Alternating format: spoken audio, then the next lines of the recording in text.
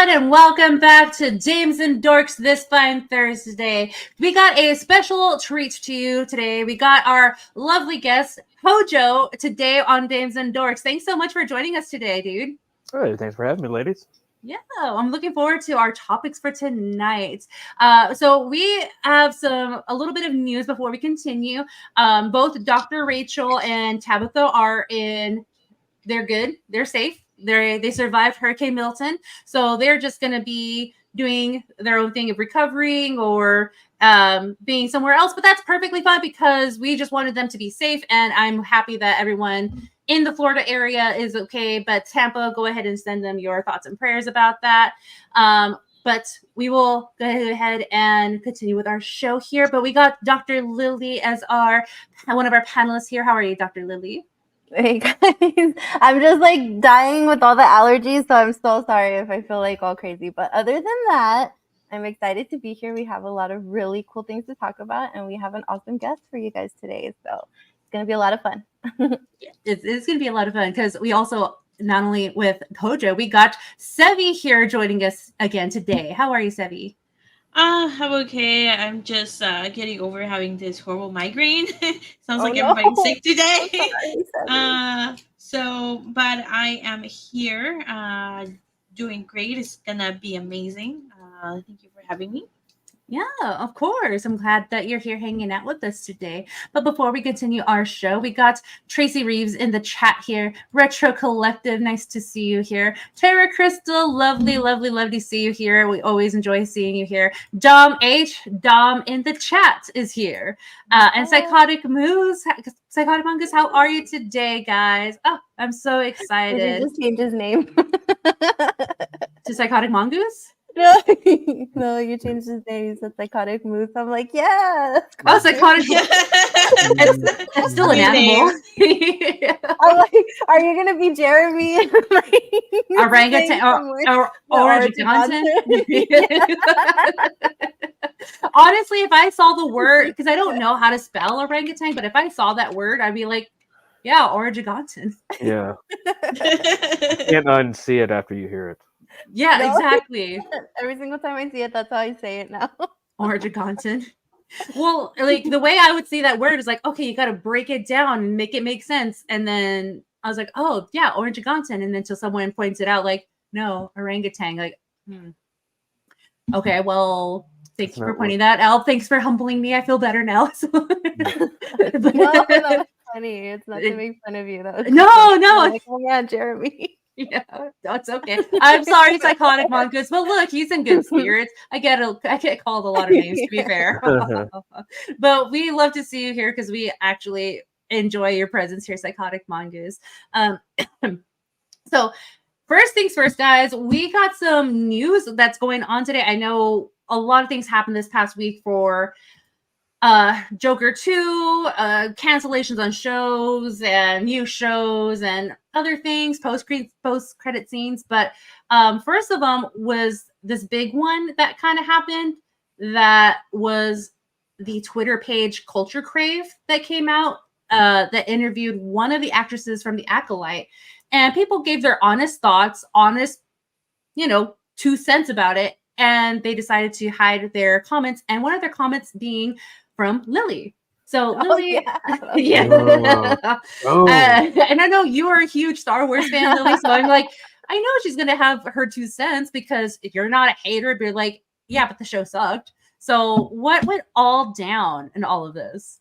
Well, see, that's the crazy thing is that if you guys are familiar, like if you're on Twitter, if you're familiar with these accounts. So there's Culture Crave, and then the other one that's really, really huge is also discussing film. Yeah, which them for sure, they will block you if you say like anything kind of something that they just don't like. They will automatically block you. They won't even give you a chance. Culture Crave, you can kind of tell, kind of leans a little bit like, a little bit left. So they tend to also have that kind of mindset, but I feel like they're a little bit more open to when you post things. So when they started hiding replies, I felt like that was really weird and kind of out of character for them because they've never done that to me before. And I think other times I've actually replied with something even worse. And what I said, I don't think was actually that bad for them to hide it. So I don't know. I just found that a little bit strange. And what I replied to, because it was I keep forgetting what her name is. The actress that played Mother Anastasia. Yes, I'm gonna get it right now. Yeah, she's the one that said something, of course, really stupid, attacking the fans again. And all I said was, the show is terrible. There's nothing racist about Oh, her, yeah. my tweet. Go. I'll scroll down to my tweet or go back to my tweet. Sorry. If this is the actual post, so hopefully, like, it will show up and not be hidden. Oh, well, there you go. No, they hit it. That's me, like, calling them out for it. But yeah, no, that's my tweet. So all I said was, the show is terrible. There's nothing racist about having valid criticisms. Maybe make a good show next time. House of the Dragon is also diverse, and how weird that the quote unquote racists never attacked that one. That's all I said.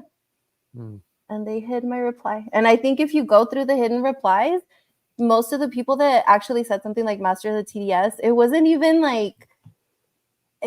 even offensive or anything. We were just kind of saying something, and they hit all of our replies. Yes, because his was one of them that I wanted to bring up, because he, it's Master of the TDS. He's got some things to say. And then him saying culture crave hiding comments that don't agree with the mainstream message. Not disappointing, but very telling. So here he is with his hidden messages. Excuse me, culture crave. Why did you hide my reply? It wasn't mean. It was factual. Not a good look to hide comments that are offensive, which is, very true. It wasn't targeting. It wasn't direct towards the actress.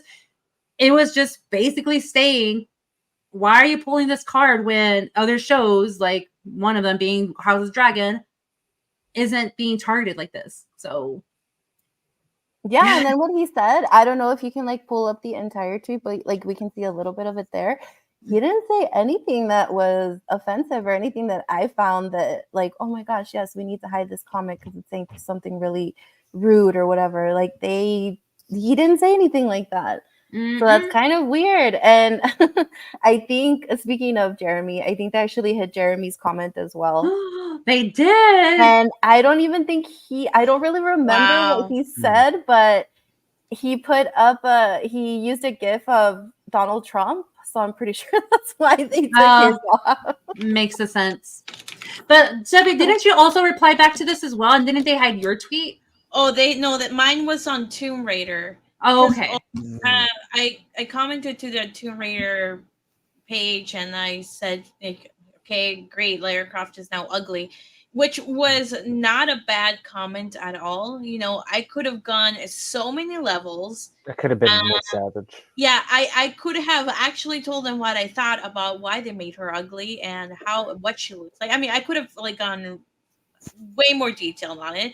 And I just said, okay, you made Lara Croft ugly. And they hit that. And it's like, it seems to be a new trend.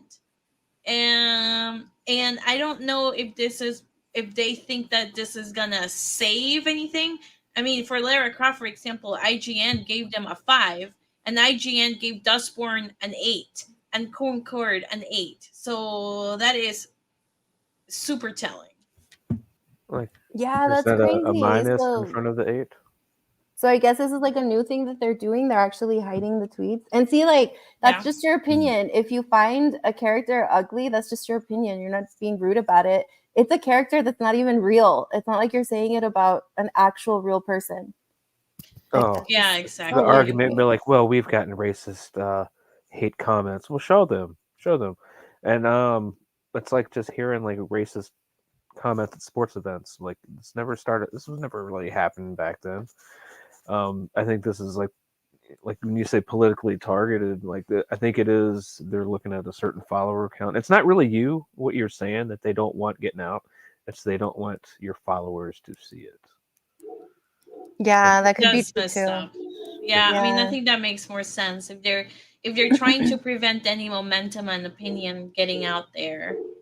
Because I will shit on discussing film all the time, and I'll get like tens of thousands of views and like. But I don't know how to tell if it's muted. I don't even know that, or how if they're shutting it down. It says like if you go to Lidley's message. it'll say at the top that like it was hidden. And then it's like, if you have questions about why this post was hidden, read our thing about hidden messages, which is... Ooh, I hope they do that to me. Yeah, see, and that was the weird thing, is that you're right. Maybe they don't want other people seeing what you're saying and agreeing with you, because this tweet was getting a lot of likes initially when I put it up, and then all of a sudden it stopped. They have people And that are looking at then- these analytics. Yeah, and then somebody sent me a message and they were like, "Hey, somebody hid your tweet under Culture Crave," and I was like, "Oh, that makes so much sense. No wonder it's not getting any more traction. These people hid it." I'll hide crazy. spam like from like Nigerian marketers that want to help me sell my crowdfunding book before it's even started, you know. But I'll hide that because I mean it's lame. But no, I'm like, I would never hide. Like it's censorship is really I mean, it's really what it boils down to. That's all it is. I mean, it backfired on them because it has 48K views. So yeah, keep censoring it.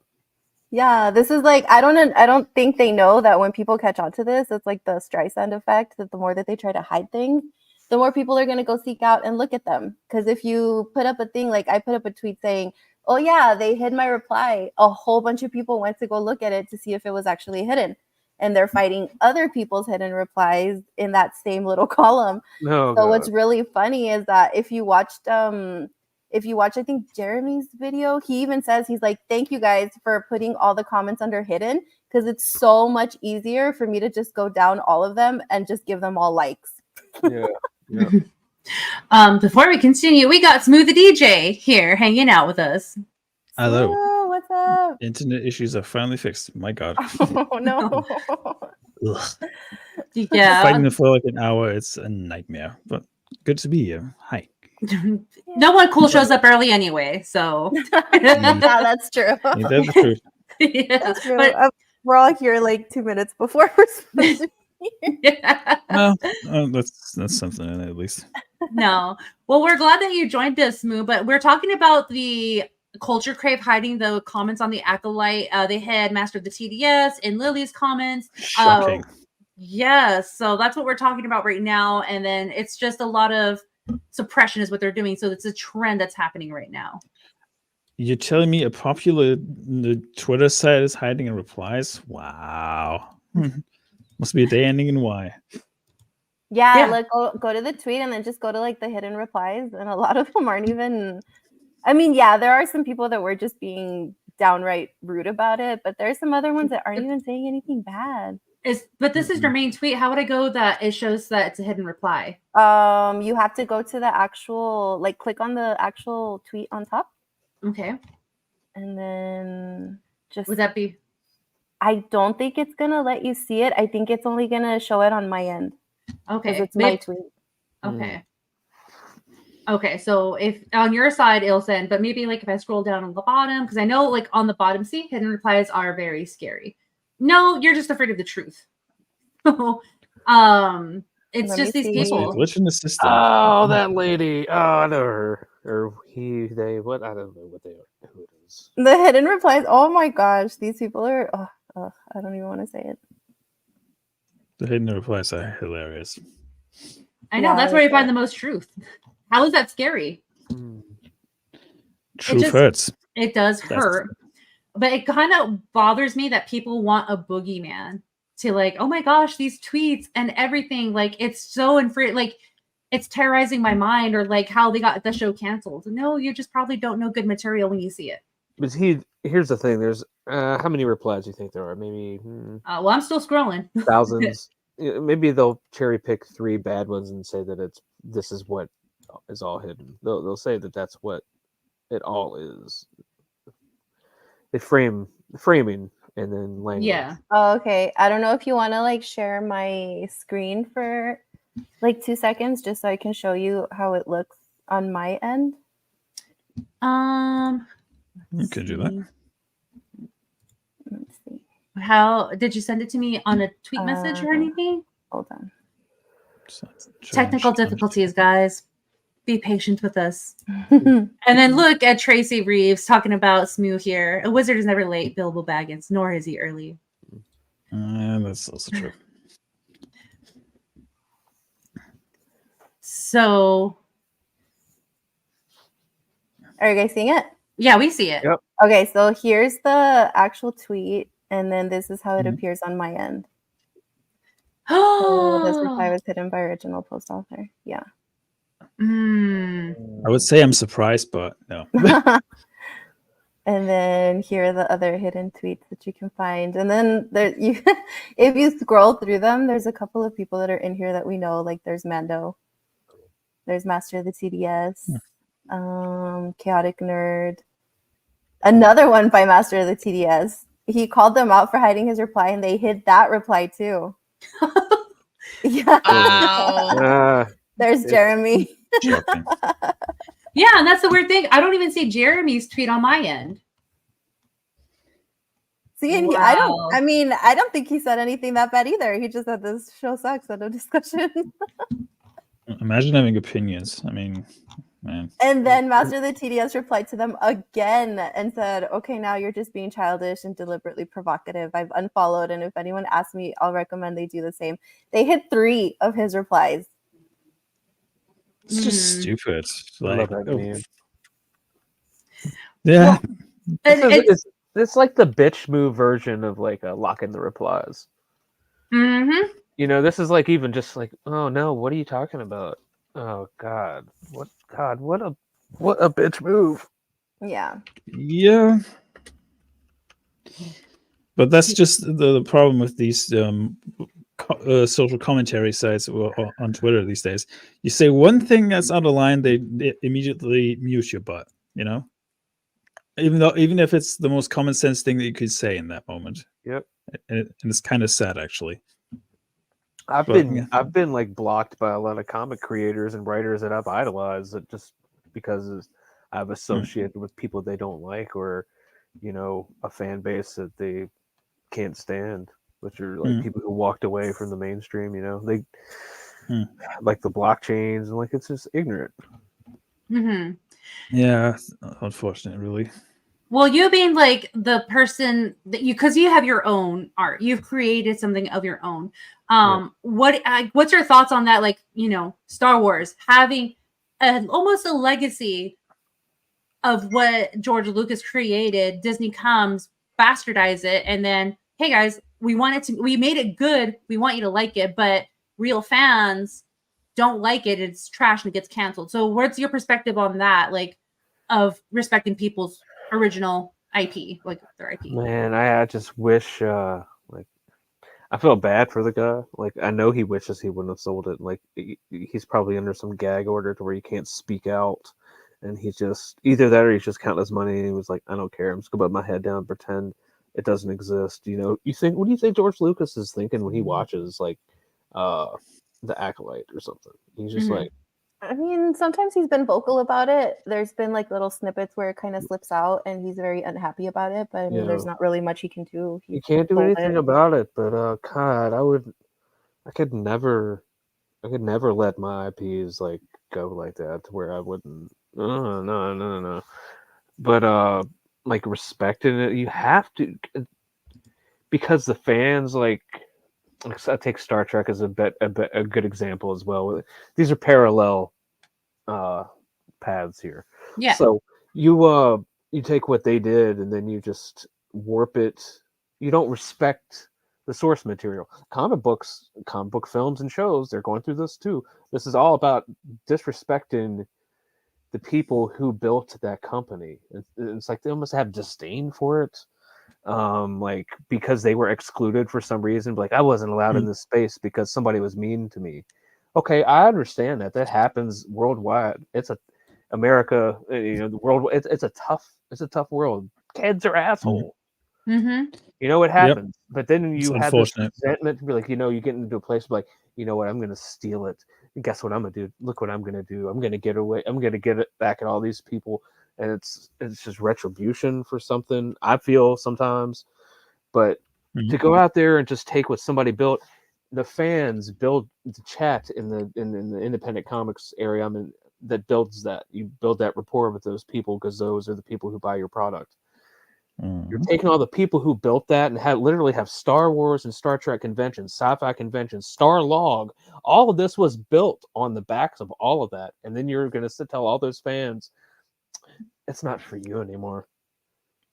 Well, guess what? The money is not for you anymore. Yeah. People speak with their wallets and their eyes. Nobody's watching this shit. Yeah, and that's one of the things that handle it. You can't handle it because this whole time, your whole life, you can't handle criticism. And when this happens, and somebody tells you, we don't like what you're doing because you sullied it, and you're like, sullied it? We mean F that. Screw you people. You're the problem. You don't like it because there are X this, which has nothing totally to do with the plot, and you can't write a 3-act structure. And you had what was this whole lesbian space witches? That's what you're known for now. Yeah. I'm sorry.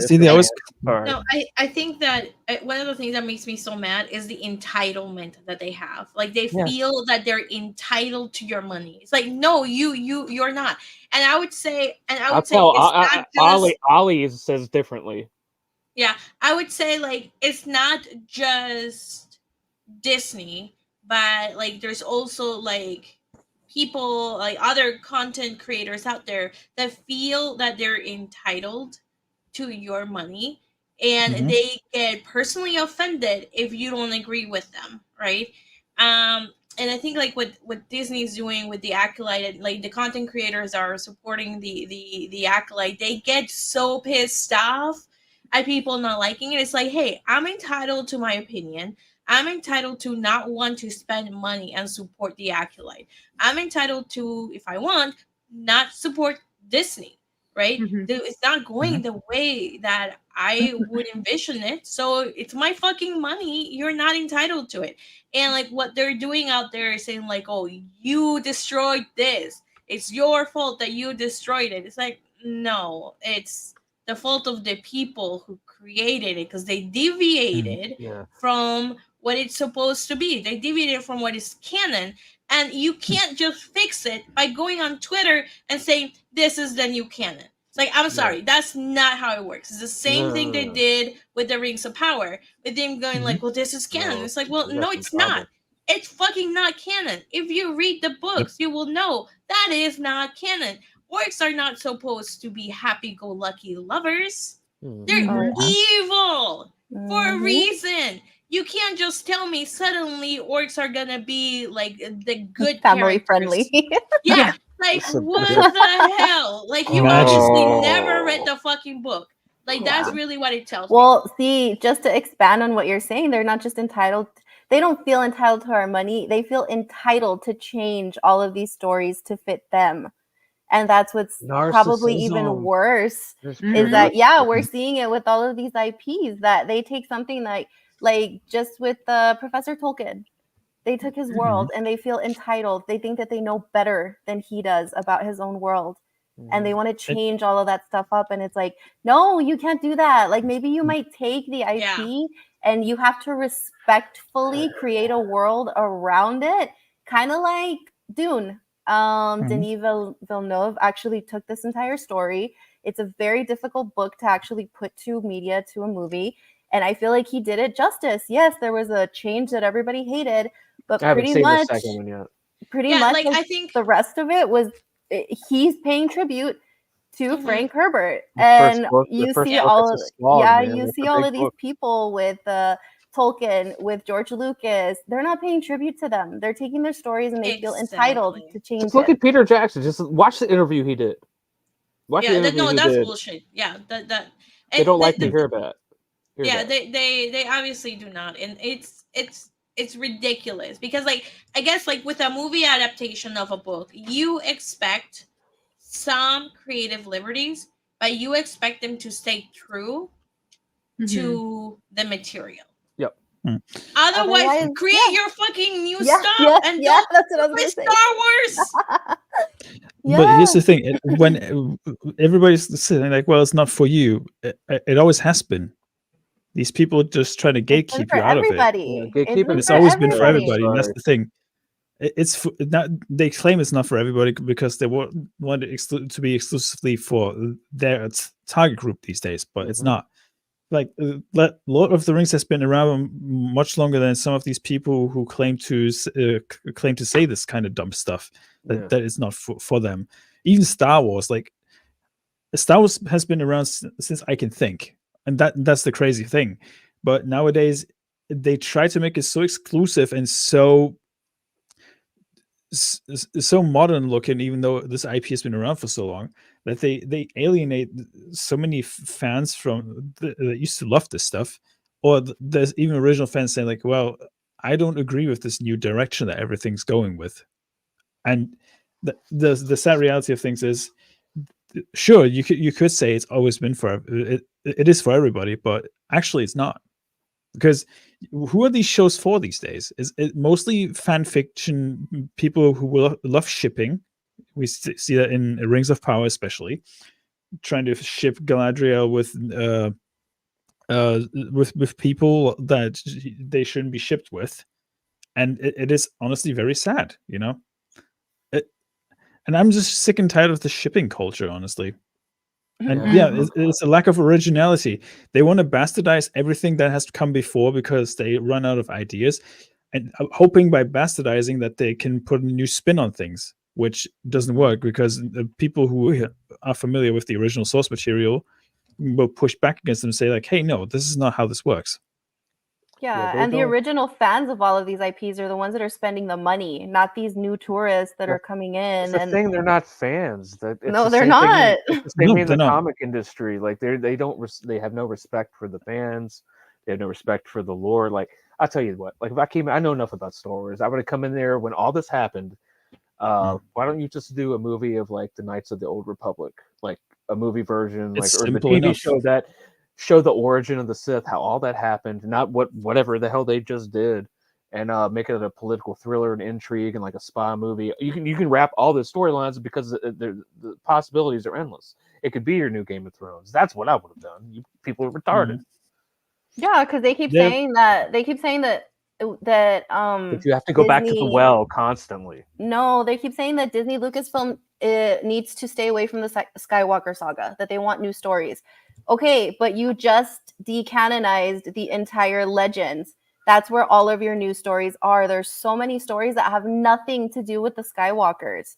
Mm-hmm. And the bad thing is that they're trying to like find inspiration for all of their new stuff. Like for the Acolyte, I can see where they take a couple of elements from books that I've been reading, and they just don't do it correctly because they're not respecting George Lucas. And like, I want to see something different other than the Skywalker saga. And we had that with The Mandalorian. And then what happened? Dave Filoni had to start dipping in there, putting his own characters in there. And then they did season 3, which messed it up for a lot of people. And it's like, really, you guys had like a gold mine with The Mandalorian. All you had to do was just stay consistent, keep making it a good story, and you would have kept the fans happy. And then you could have come in and introduced different things that had nothing to do with the Skywalkers. But no, they just couldn't help themselves. They had to bring in all their stupid agendas. They had to change everything. And look at where we are now. No one's excited for the Mandalorian movie anymore because we're like, really? I didn't even know they were making one. Really? Why would we be excited when I'm like 100% sure they're probably just going to kill Mando off and just give everything to Bo-Katan? And that's not what fans want. So don't even make it. No one's going to watch it. Yeah, but the fact that Hojo just said, he's like, oh, I didn't even know that they're going to make a movie. And that's the thing. The news came out not that long ago, but you'd think there'd be so much hype behind it that people who aren't Star Wars fans would be like, oh, if the real fans are excited about it, I should be excited about it too, because it's kind of, what Lily said, if it's consistent, I'm looking forward to it because it's bringing good material. But they shot themselves in the foot for it because Dave Filoni put his nose where it doesn't belong, and then now it ruined it where no one's like, oh, that's cool that a movie's coming out. Yeah, and then of course they messed it up when they fired Gina. They should not have fired Gina. That pissed off a lot of people too. So it's just disaster after disaster. And it's not just Star Wars. It's everything. These people are infecting everything. That's what it is. Like an infection of these It is. people Oh that God, don't care about these things. I've used that exact descriptor for years. I just don't understand why they have to inject their social agenda on shit. It's like that's not needed.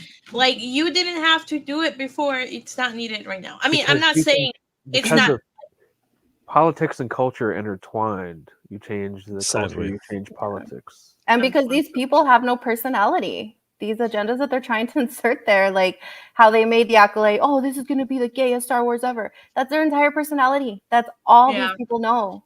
So, and I mean that is true because the government did fund Dustborn, right? That is out there, right? And Dustborn, horrible game, extremely radicalized left, I should say, right? So it makes sense. I think you're right. It's just I don't want it. I wish it would stop. You know, there is no reason to do that. Movies and games are an escape for many people to just relax after a long day of work. Oh, I was furious when Disney bought Marvel. Yeah, like I don't want to sit there and play a game to be yelled at or being told you need to engage in cancel culture. Let's play Dustborn. No, thank you. No. Like I get to choose what game and what show I want to watch that's entertaining for me. Yeah. Not for you. If you like it, great. That's not my cup of tea. I'm going to put my money somewhere else where I know I'm going to be satisfied being entertained. Because if the game's not good, how Sevvy's like, good, like Dustborn being a trash game that it is, I have no interest in it. Of course, I'm not going to give you my money. No. And then with Star Wars, I watched one episode of The Acolyte. Is like, I'm okay with not watching this again. See, the interesting thing is, if you look at all the stuff that's flopped recently, we have Concord, we have Dustborn, we also had like other games that flopped in recent memory. But then you have a recent game release that came out that was Until Dawn. Sevvy is playing it at the moment. The remaster is not doing so well either, especially on PlayStation. It has less players than Concord. Yeah. Think about that. That's a remaster for a game that came out almost 10 years ago, where you think it would be a surefire hit, especially if it's on in PC and PlayStation 5. I mean, granted, the PlayStation 5 lacks original games, but that's neither here nor there. Yeah. But it is not running well. It is not selling well. And Sony's like, I wonder why it's not doing so well. Maybe you shouldn't have just touched it, just make a patch or something, or make it backwards compatible again, instead of taking it from store shelves and trying not to sell it to people overpriced with just here's a shiny new graphics engine. And the graphics engine, not how that works. I mean, it's the graphics engine worked for only particular areas, so really dark areas. It worked well. The other areas, not so much.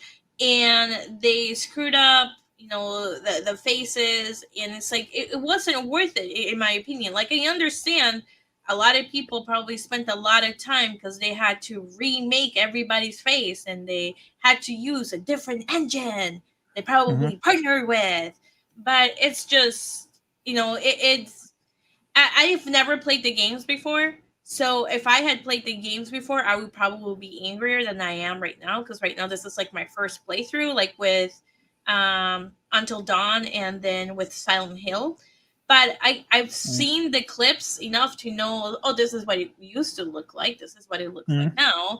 So I know that there's going to be some areas that the graphics are going to look a little bit better. And another thing too that I noticed is that if you run a 4090 graphics card, you're going to have way more issues than if you have like a 4080 or an older graphics card. So it's like clearly they made it not for like to run at the, and I think like is it Final Fantasy that also had the same problem too, like with not running with 4090 and causing a lot of lagging and sputtering. And that's exactly what you're seeing with these games too.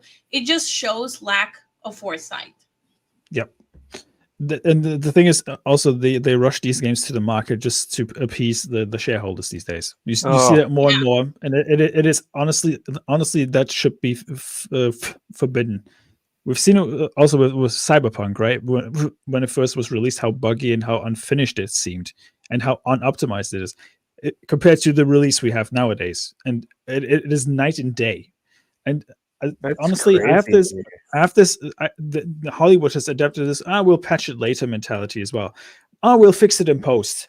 We'll fix it in editing. Like, that's not how that works. Either you do the shot proper or you don't. That's why you see so many movies having such choppy editing these days, because you have actors who clearly are not like tall enough or not physically fit enough for roles that they're playing, and you have to do a lot of jump cuts to make it work, or like angle shots in a different way. And you also give this dangerous precedent of giving people the impression that people have the power to do something they're not actually capable of in real life. I mean, granted, movies are not meant to be realistic all the time, right. But still, there's people out there who think like, yeah, an 80-pound woman can muscle down a like 250 or a 280-pound man just like that. That's not how that works. Unless you did self-defense and you're trained military or something like that, maybe okay, but you still should be struggling instead of making it look so damn easy all the time. And I think looking at you, Hawkeye. Yeah, that was definitely a complaint or a criticism I saw about Silent Hill 2 is he's supposed to be struggling. Yeah, exactly. The old fix became a joke for sure. But all that's just funny to me. I mean, it's crazy to me because I stopped playing video games probably when Arkham Origins came out. You guys remember that game? It was a long time ago. Yep. That's it. That's the last video game I ever bought. It blows my mind that people buy video games and like you have to download a patch. I'm like, to me, because that was right before that was where you could download it was like a side quest with Nightwing. I bought it. I was like, oh, this is cool. I'm buying stuff off the internet, showing my age, I guess. But it's nuts. Like, why would you I'm in quality control for my job. I can't send circuit boards out there. Like, we'll fix it in post when they get it. They can send it back to us, and then we'll fix it. That's what. What's wrong with the issue? The issue you have nowadays is that a lot of companies got rid of the QA companies. Job. Do your job. Number one, do your job. But they also got rid of most of their QA testers because they deemed them too expensive, and you can tell that the QA testing is now pushed onto the players. Because all the feedback that you get with certain games comes from the players these days. Okay. And instead of testers. So it is honestly saddening. And it's the same with like movies. Like Joker 2 was the best example, just fairly recently, where Todd Phillips just wanted to push out the movie the way he wanted it to. He ignored the notes from Warner Brothers. But he also did this thing where he premiered it at a film festival where Warner Brothers was like, hey, we're not too sure if we should be premiering it at that film festival. And it shows because this movie's getting demolished at the box office at the moment because it's the polar opposite of what the first movie was. Oh, I feel like it's a franchise that never should have happened. So I miss the times when there were one and dones. I've said that on a different show fairly recently, and I'm just said it. They cannot create. Everything needs a sequel. They announced a Goonies sequel. That's so true. I don't need a Goonies sequel. Yeah, I'm not gonna. I'll say this: I'll watch the trailer to see if it's worth it, but I'm sure it is not worth it. I'm even leery about the Beetlejuice sequel. Like, man, the member berries are sour to me. It's really bad. The member berries. Yeah, it's really bad. I didn't like it. I love Beetlejuice, and it definitely didn't need a sequel, especially not like this. Zootopia is getting a sequel. I think that's a perfect movie. Really? Yes, they're making a second one. I love Zootopia. The reason why my 6-year-old and my 3-year-old love it. Well, the furries will love it. I watched it. I'm an adult, and I loved it. I love it. I love Wally. I love all that stuff. Oh no, it's okay. Zootopia. So Smu said something like, "Oh, the furries are gonna love it." I was seeing a guy at the time before it premiered, and the guy said he's like, "Oh, my brother's really excited about it." He's like, "Oh, like how old is your brother?" I'm thinking like 6. He's like, "Oh no, he's like 27." He's like, "Okay, Disney adult fan, fine." He's like, "Oh, because he finally said that Disney's finally representing a culture of people who are furries and they're finally being represented in movies. It's like, Oh my God, no, please. And don't. Did he not see the Disney Robin Hood? Did he not see all the Disney movies before that? Did he not? What? Correct.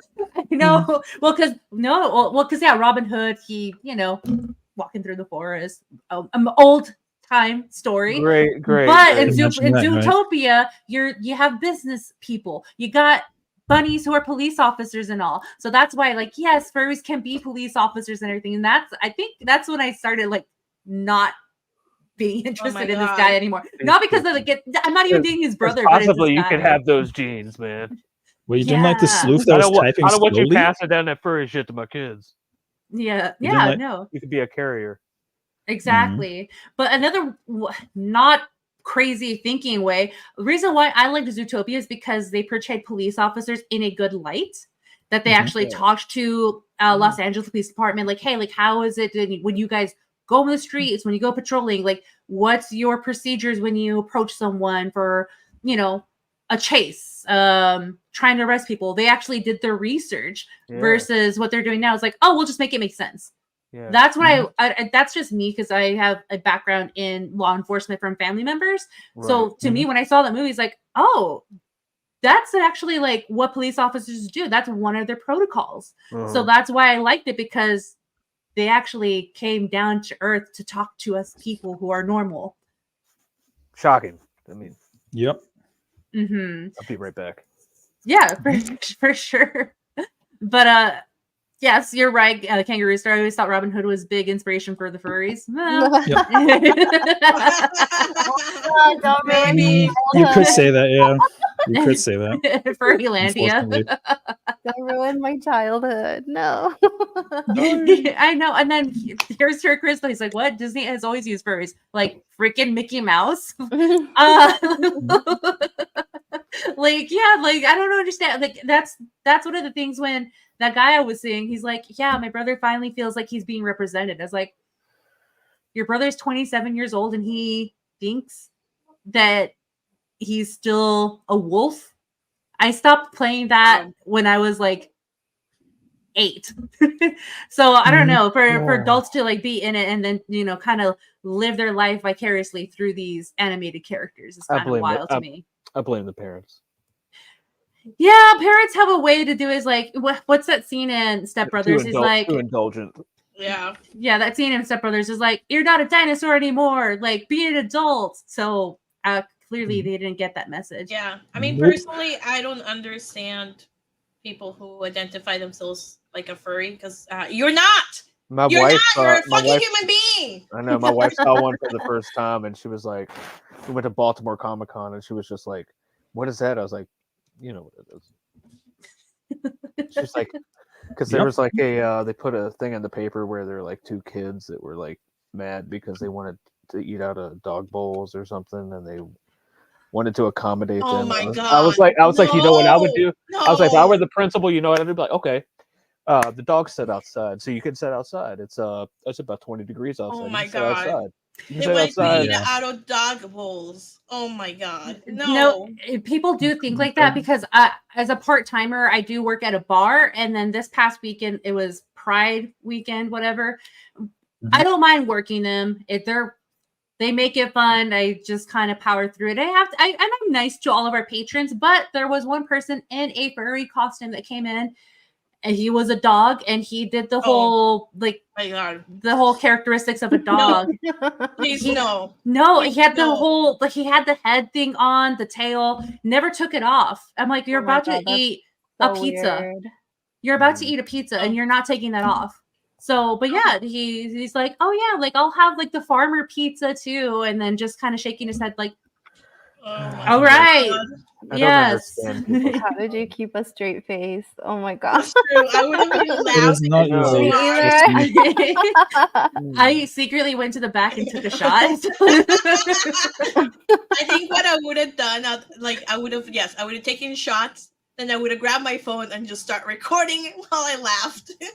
Yes. Oh my gosh, it's so crazy. It also reminds me of this bin meme. Oh, you're serious? Wait, let me laugh even harder.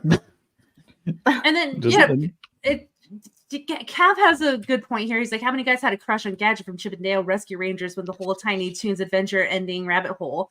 I was like, yeah, like they made characters to be cute and, you know, cuddly, but not to take it as a whole persona is the thing. You're taking it too far, thinking like, I am this rabbit, I am this dog, and I am definitely cute, and I want to be eating out of a dog bowl and pooping in a litter box. Oh no. Let's move on from that because I don't Yeah. want this. Yeah.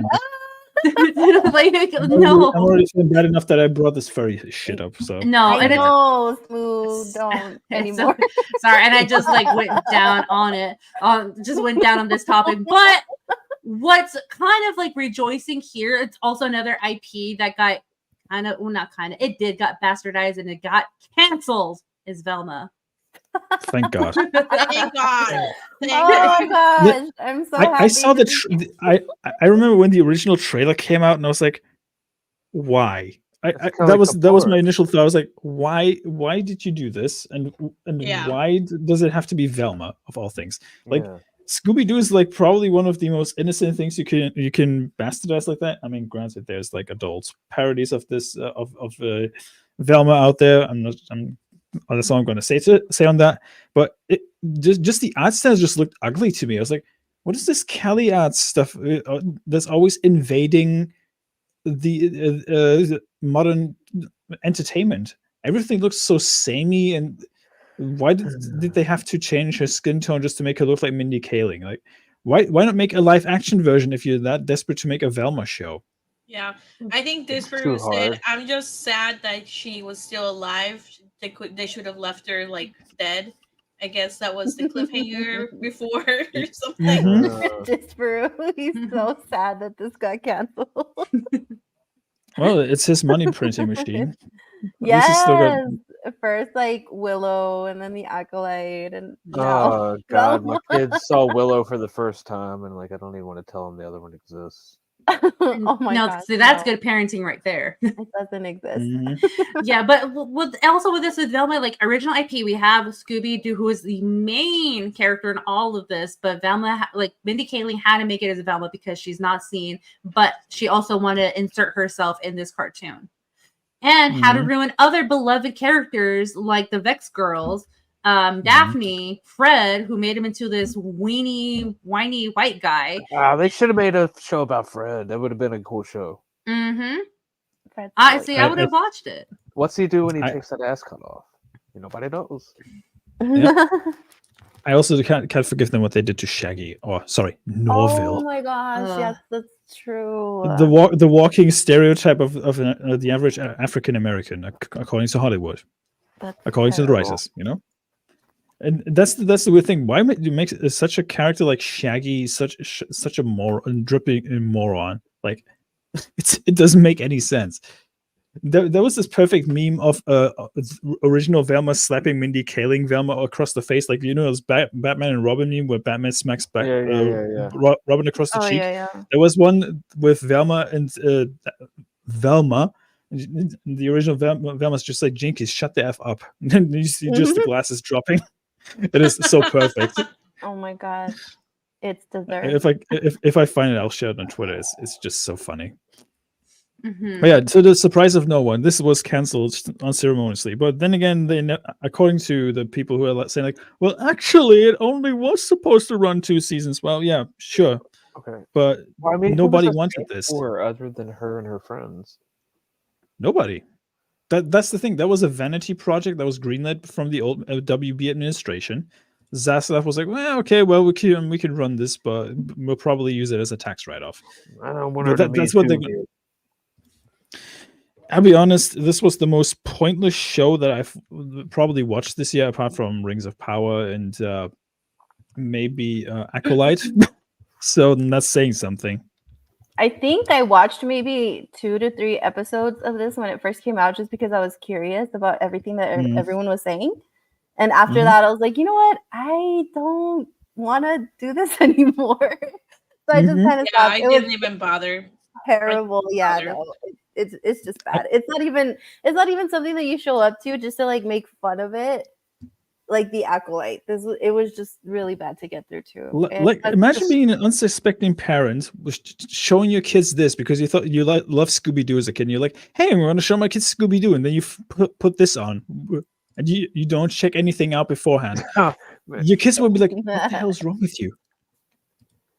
This is a waste of time, money, and human energy. Next, It really is. It was, yeah. God. Just well, not only that, like I forgot to bring this up, but like speaking of waste of time, energy, and basically brain cells, is this stupidity here? Oh, So yeah, if you guys haven't seen this, nice hair. So now we have. Why do clothes have genders all of a sudden? Yeah, I have no idea. It makes no freaking sense at all why they're doing this. So if you guys haven't seen this, I just read the very first sentence. The secrets of the clone troopers includes a first look at Sister, a trans woman clone trooper. Rex's description of Sister in the book reads, when one of our kind expressed her gender identity differently than her fellow troopers, she featured she'd have to hide who she truly was inside. Fortunately, her brothers in the 7th Sky Corps gave her the name Sister as a constant reminder that she belonged. Oh my god. I don't even know. Geez. Like, I don't even know where to start with this. It's like the stupidest thing I've ever seen. Like, I'm dumber just having read this entire thing. Like, it's this is what brain rot feels like, chat. What's worse is that I believe that this book that's coming out, or it's actually available now, it's geared towards children. So shut up. Yeah. Shut up. So this isn't something that, let me just confirm that, but I'm pretty sure when I saw it, yeah, like the age group. It is on sale. $26. $26. Is it really? Ooh. Yep. Does it tell you just there found it like on Amazon. Does it tell you the age range for that? Let's see. It should tell you they're like rated for. Let me look at some secrets of the clone. I'm scrolling through it right now. Let's see. Age rating. It doesn't say anything here. Let me check it again. Fully illustrated guide for readers of all ages. Yeah. See, there you go. Yep, here it is. 26, almost 20.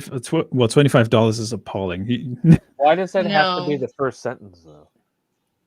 Well, because they need to pander very fucking hard. I'm sorry just to use that language, but they really have to. They desperately need to pander to a demographic that they cater to. And I'll be honest, does it actually matter what gender the clone troopers are? They're clones. Like, and they that's the same thing.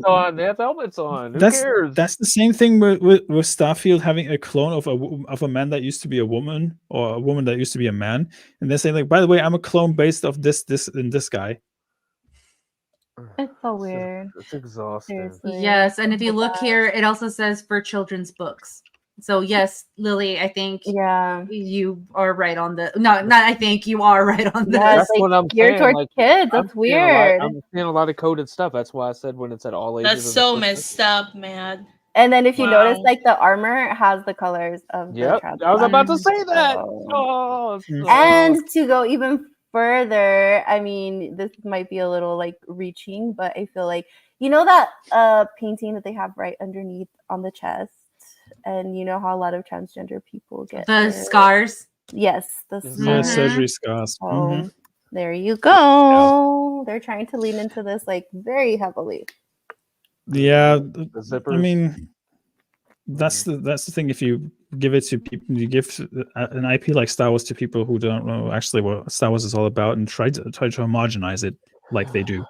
And this is already really stupid because we have the Bad Batch and we have Omega, and she's a female that's supposedly, you know, a girl that is a copy of these clones, and now we have like but no, we have to have a transgender one. Like, see, it just doesn't make sense. It doesn't make sense. The copium is real. The copium is real, folks. It's pandering, man. It's just constant. Like, I don't get it. Like, you think the transgender community overall cares about Star Wars? You know, I have an allegory. I have an allegory for Star Wars. Star Wars is like the drunk uncle that shows up unannounced at a party. and overstays welcome too much. You know.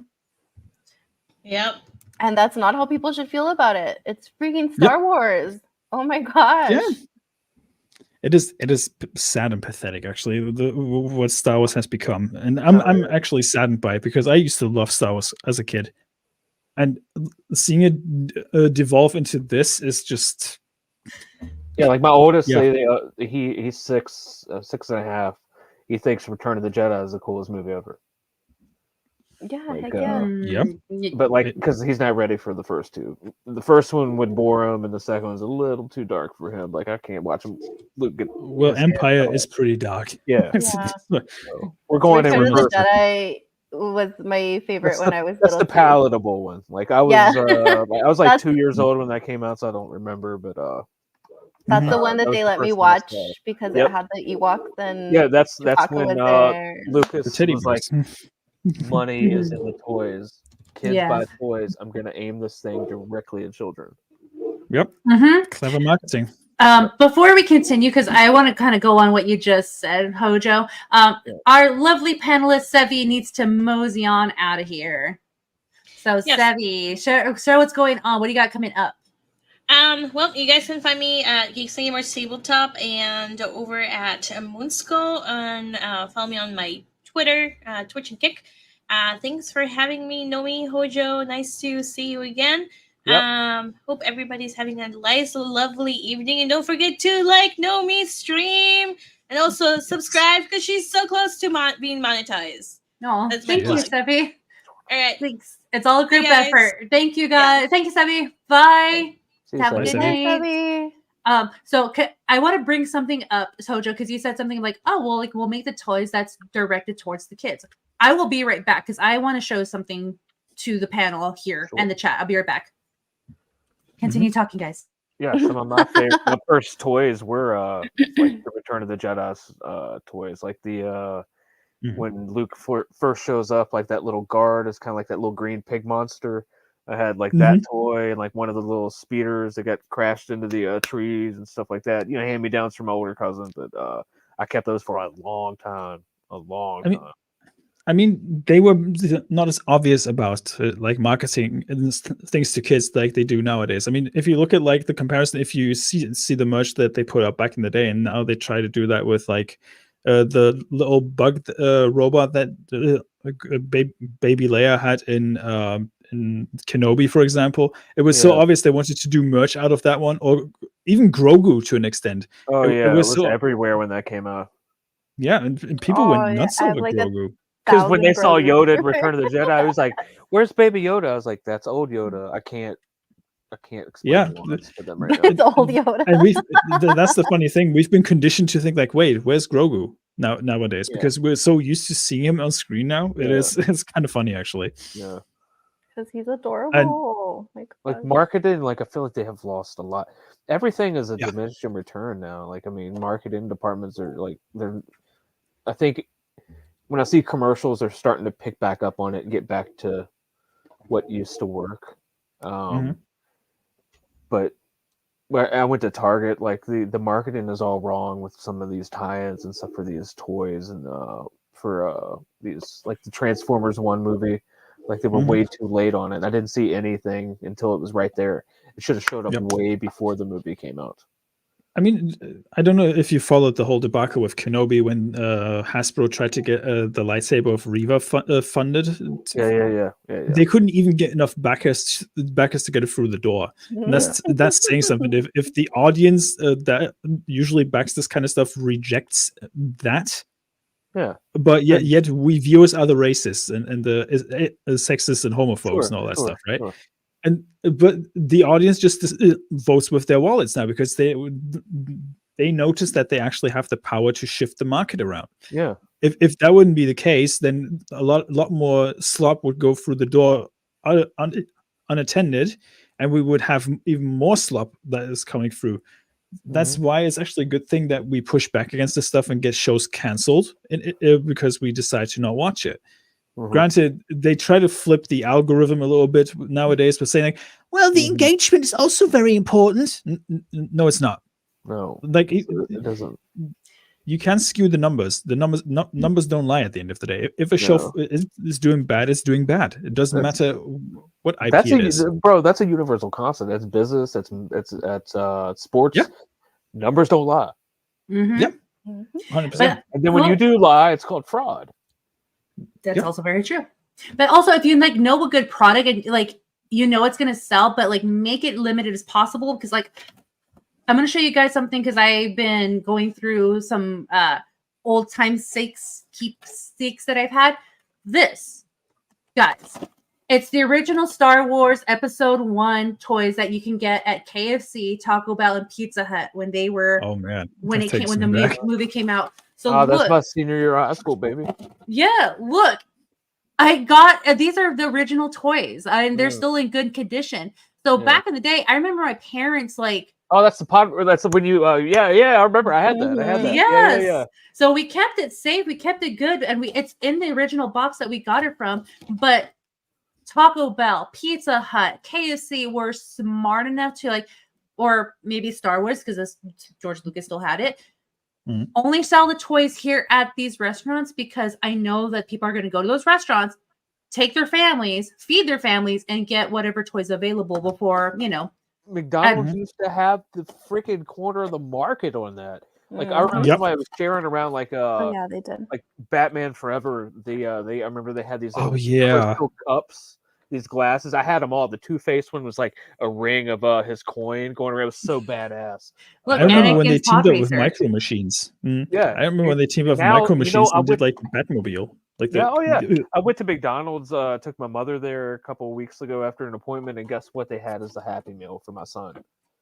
Yeah, Crocs. No, proper marketing. Yeah, Crocs. They had Crocs. They're mini Crocs that all the kids are putting on their book bags. I get it, but I mean, really, bro. I mean, they don't want to get you Optimus Prime or come on, whatever. I am Optimus Prime, and I endorse this message. Well, this is nobody cares about this stuff enough for them to actually reach out to these places. Like, do you think if they reach out to McDonald's and they're like, "Hey, can you like sell Acolyte toys?" Yeah, I was about to say no one's gonna care about what the Acolyte is, because it's not catching any audience. It's not catching anybody. I can tell you my litmus test on whether an IP is successful. If I see your stuff at Ollie's, you're not successful. It failed. You over manufactured, or something went wrong. Because like I'll see some Fantastic Four figures there. I'll go there get like, but they're none of the main ones. They're the ones they mass produced and distributed elsewhere that nobody bought, and they got collected and sent to Ollie's. So it's like Psycho Man. You're not getting Silver Surfer. But there's other stuff there like the He-Man, the stuff they made, but there's a lot of Acolyte, a lot of the Black Panther sequel stuff there. But it does show you like what actually worked and what didn't, because the things that fly off the shelf is usually like the old stuff, right? Because who cares about Rose Tico? Like, I remember, like, for example, it's a Gundam sending like that Star Wars girl like 2 Rose Tico figurines in the mail. And she was like, "Who sent me this?" And then it was like a day later, there was like a picture of a shelf in Walmart full of like a new Star Wars merch, like still hanging on the shelf, and all the old stuff was just gone. It is kind of funny, actually. And it is interesting, like how audiences react to things. It's the same thing that Adam Levine from Maroon 5 used to do. He used to make music and then have his younger siblings listening to it, because they were kind of the target audience back in the day. And if it clicked with them, he was like, maybe we can release this. If it didn't click with them, he was like, back to the drawing board. I think what companies need to do more again is like doing more like test screenings, like they used to do with Marvel movies. Like for example, I think the Captain America sequel that's coming out now had a lot of like screen tests done, and it just didn't work.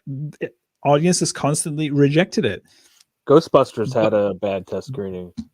Yes, that is also true. And then also, you just said it too. Joker 2 didn't do any test screening. Did they? They didn't. And I actually shared a link in a private chat about that. And they look at the failure they're in right now. Yeah. And there's one movie that I want to see called The Wild Robot, and that's beating Joker too. Yeah, it just came out today that it's actually the daily totals are catching up to Joker, and it looks like it's gonna pass it by. Joker couldn't beat Morbius and Madam Web. Just think about that. And Morbius was a meme. Joker did like 37 million or something. That's pathetic. And it cost 200 million to make. Number one, Todd Phillips refused to film in the UK, which would have saved them like 20% of the production budget. So there's misstep number one. He ignored every single note that was given to him. And he just refused to communicate with WB on this. I mean, granted, if I would have been James Gunn, I would have been like, hey, my guy, this is not working out. But then again, yeah, James Gunn, Yeah. He's not the same as he used to be. Yeah, exactly. Unfortunately. Before I had technical difficulties with my devices and stuff, I know like the first 2 minutes of the jokes or the second Joker came out, and it's basically just Lady Gaga performing featuring talking peanuts. Well, the summary of it is Lady Gaga sitting, smoking a cigarette, singing. That's the end of the scene. No, bro, that's how I described. Like, I was like, this movie. I was like, actually, I need to go through some of my bookmark tweets because somebody's got some shit coming. Because I said when this was announced, they said Lady Gaga is going to play Harley Quinn and it's going to be a musical. And I said this movie is going to fall flat on its fucking face. Sorry. No, it's okay. I got you. Whoever said that, I got you. But they're like, we'll see. This is going to probably do at least $1 billion. I'm like, no. I mean, no. You know what this is? This is a Stars Born DC edition, but worse. Yeah. That's what it is. Joaquin Phoenix is a passable singer. I've seen him in Walk the Line as Johnny Cash. He's not terrible. But why do you go out of your way and make a musical sequel to a movie that shouldn't have actually gotten a sequel, in my opinion, and then deconstruct the whole character and basically build him back to zero by the end of the movie? Sorry, I'm spoiling the movie here, but that's what was actually happening. And then putting let's just say, sexual assault scene in the movie that is so unnecessary and made a meme out of it. It is just ridiculous. Like the memes that come out of this movie are better than the movie that came out, which is kind of sad, actually. Yeah. Well, because they hate the fans because the people that were actually fans of the first one were the wrong audience, and we weren't supposed to like the character of the Joker. So this is basically a big old middle finger to all of those fans, and they're like, "Yeah, it is. We don't care."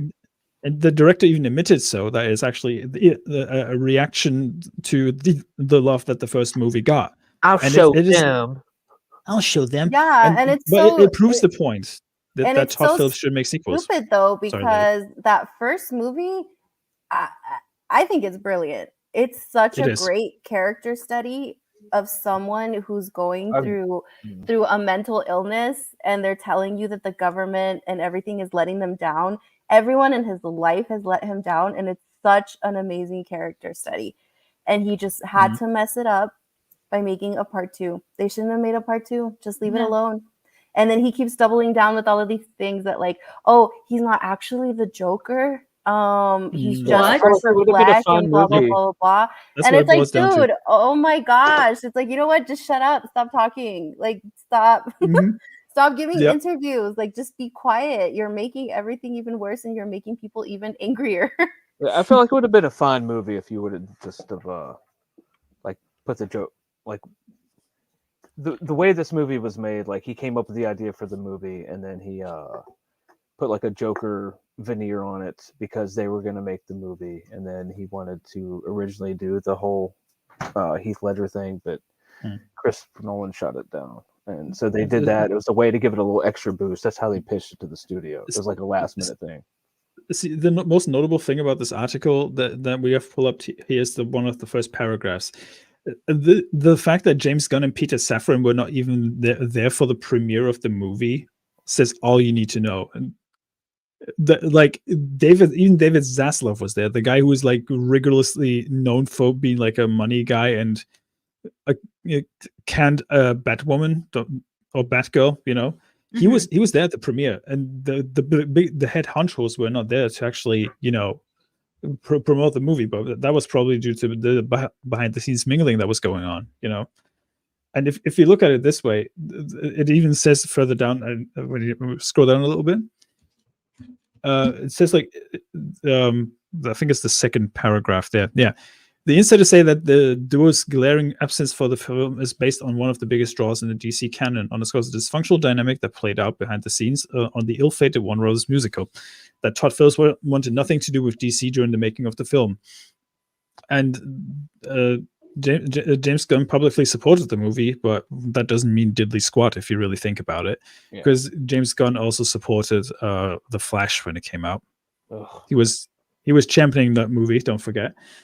And the animated title card and everything else just made it seem like DC wanted to distance themselves from the movie before it even came out. Yeah, it was like they did an AI thing, like, ooh, make it edgy, put a cigarette in their mouth. Ooh. Remember when Like, smoking they cigarettes gave- was associated with coolness back in the day? Yeah, it's edgy, and like, we'll give that AI artist that did it, we'll give them $50 and like a press pass and tickets to the movie, not in the front row, but Yeah, I mean, it shows that they have no faith in it, because it even says there's a quote in the article that says, "If the movie was about some down on his luck, mentally ill guy in a downtrodden city, it makes maybe $150 million worldwide, not $1 billion." And that's someone who worked on the movie. yeah. Think So, about that for a second.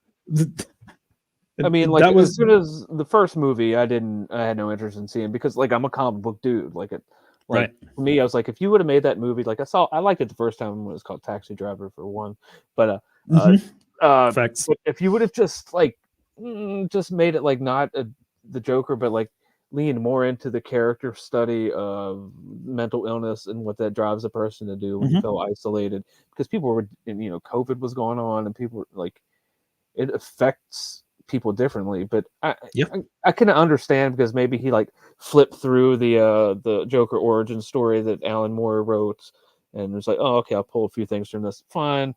But to me, I was just like, when I saw that, and I personally, and I'll catch heat, I don't care. I'll be like Trump, I like heat. I didn't like Phoenix in anything but Walk the Line and Gladiator. Like, to me, the rest of his movies, I'm just like, so he's just like another forgettable actor to me. Well, he disappeared for a while because he did that weird documentary movie that he oh was like, like he had the beard. He looked like Cat Stevens or Yusuf Islam, whatever he is now. Yeah, because he thought he was like a rock star, and then for a moment in he time, was I thought trolling everybody. Was eating his boogers on like Letterman. Yeah, there was some weird stuff going on with Weird that. dude, man. I thought he was on some drugs, but turns out it was like a documentary. Which like I've never met a single person who've ever seen this documentary. I think he just made that up. And Streisand affected all of us. It doesn't even exist. He was just like, yeah, it's for a documentary. The one that you guys saw at Cannes. I'm like, no. Yeah, nobody saw that. Because I was kind of following that. I was like, well, where is it? And how you said like forgettable character or forgettable actor. I completely forgot about it, but I remembered that he went through that phase because I thought he was on drugs and he was trying to make a like comeback. Sunglasses and like in lights and stuff. He's like, huh, what are you talking about? Like, yeah, when he was doing that persona, I was like, okay, but we whatever. lost Joaquin Phoenix. Yeah. But I think he did a good job in Signs too. But in Gladiator, like he did a good job where I hated his character so much. I hated him. I still hate him. And he barely talked in that movie. He was mostly conveying through body language and just like having the stone cold look on his face, so you would believe that he's very, just very into his evil guy. No, I miss the art of acting where you don't necessarily have to say something to convey a point. There are very I few miss that actors so much. left. Yeah, unfortunately, like that's also true. James Earl Jones died, and like people don't realize how good of an actor he was. Like especially his stage stuff. Like I was looking, like when he passed, like Clifton Duncan was sharing a bunch of stuff. Like he's a big fan. He was showing me a bunch of clips from his stage. So, powerful actor, man. That they're few and far between nowadays. And that's what we're kind of lacking today's age in history, or not history, but entertainment is hating a villain is something that we need. Oh, Because my villains. People hate my villains. Mhm. Look at remember Loki in the first Avengers movie? Yeah. Oh god, I didn't watch the show. You were supposed to hate that guy, but Tom Hiddleston made such a good job of portraying him in that movie. And if you compare that to the Loki we have nowadays, it's such a stark contrast of like characters. I mean, granted, it's not the same Loki in that TV show, but still. Yeah. But it is kind of interesting how you can deconstruct a character like that. But going back to like positive marketing, I know Lily shared the Star Wars Celebration Japan art. This is how you actually do. You actually have some excellent marketing right there. And it doesn't even involve modern day Disney that much. I mean, you could say Ahsoka maybe. Yeah, for the most part, we were talking about how the Acolyte and Ahsoka and all of those toys like don't sell. And this proves the point right here is that the majority of these characters that they decided to do for the artwork for Celebration Japan, it's Darth Vader, you have Mandalorian and Grogu, and they're super popular. Of course, you have Ahsoka because before she had her own show, she was actually popular with a lot of the fans from the Clone Wars. And then I think you have Luke and Yoda, and these are all characters that people know. They're recognizable, even if you're not a Star Wars fan, you recognize these characters. And where are all the characters from the Acolyte? Where are all the other characters from Ahsoka or all these other people? They're not recognizable. Where are David Filoni's other characters? Where's Bo-Katan and Sabine? And they're not here because these are George Lucas's original characters. And I'm pretty sure that Grogu, I'm pretty sure if like Grogu and Mando weren't popular anymore, they wouldn't have made it to the cut of this either. But clearly a lot of people loved Grogu and Mando, and for them to like screw up so bad with season 3, it's so terrible. But like, yeah, look at how like beautiful these pieces are. And well, I was trying to zoom in because if you look at Grogu, he has like a little Japanese little kind of bun going on. I was like, that's cute. They implemented their culture into the because they got lightsaber katana blades. These look freaking amazing. Like go back to Darth Vader. Like he looks I love that cool. mask. I like the mask. It's seen. I would pay good money to see like a proper Japanese adaptation or like an animification of that. Even if it's just like a short film, like maybe like a 20-minute short or something like that, I would actually watch that. Just because I know it will probably look way better than the stuff we get nowadays. I mean, granted, we had this short-lived series of Star Wars not too fairly recently. I'm trying to think. It was Star Wars Visions, I think. That was made by like several like Japanese animators. That looked fairly good, but they screwed up the localization a little bit of that one. In a way where they changed like subtitles and around a little bit, but it was like very minor, so it was not like that much of a headlines worthy, but it still looked good compared to like what they've put out. You know, the closest you would get would be to this, like would be like in comic form. That's the it would be too much of a Disney would consider it too much of a risk to try to do animation because they would sue anybody that tried to do anything unlicensed. And this is hilarious too. There's like no sequel characters. Absolutely no sequel characters. Makes you wonder, doesn't it? You could argue, I mean, Yoda is in everything, but he's George Lucas's original creation. We do get Luke, but this is George Lucas's era. Luke Skywalker. I love Mando's. I love Mando on Chain's reply there. Why no Rey Skywalker or Osha? Speaking for the modern audience, there I see. And then I'm there too. You brought this to my attention. I was like, holy crap, this looks good. Now I looked at the Twitter account of the guy or the person that made these artworks, and he's officially recruited by Disney. Like he's doing Star Wars and Marvel stuff. He even made one of Jane Foster and Thor when what's the name called again? Of the movie again? Love and Thunder. It didn't exist. Don't even mention it. Yeah, it doesn't exist, but that looked pretty badass too. And and you can pay respect. You can pay respect in a certain way. You just have to pay attention in what you're doing. And if you respect the craft and you actually respect what you're working on, you might actually make something good out of it.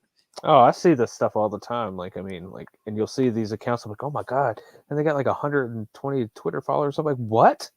How do these people? They're like, all I've wanted to do is just draw, whatever it is, my whole life, and like, here it is. I'm like, I'll see people drawing these. I saw this guy draw this gigantic Godzilla piece, and it's just like so detailed.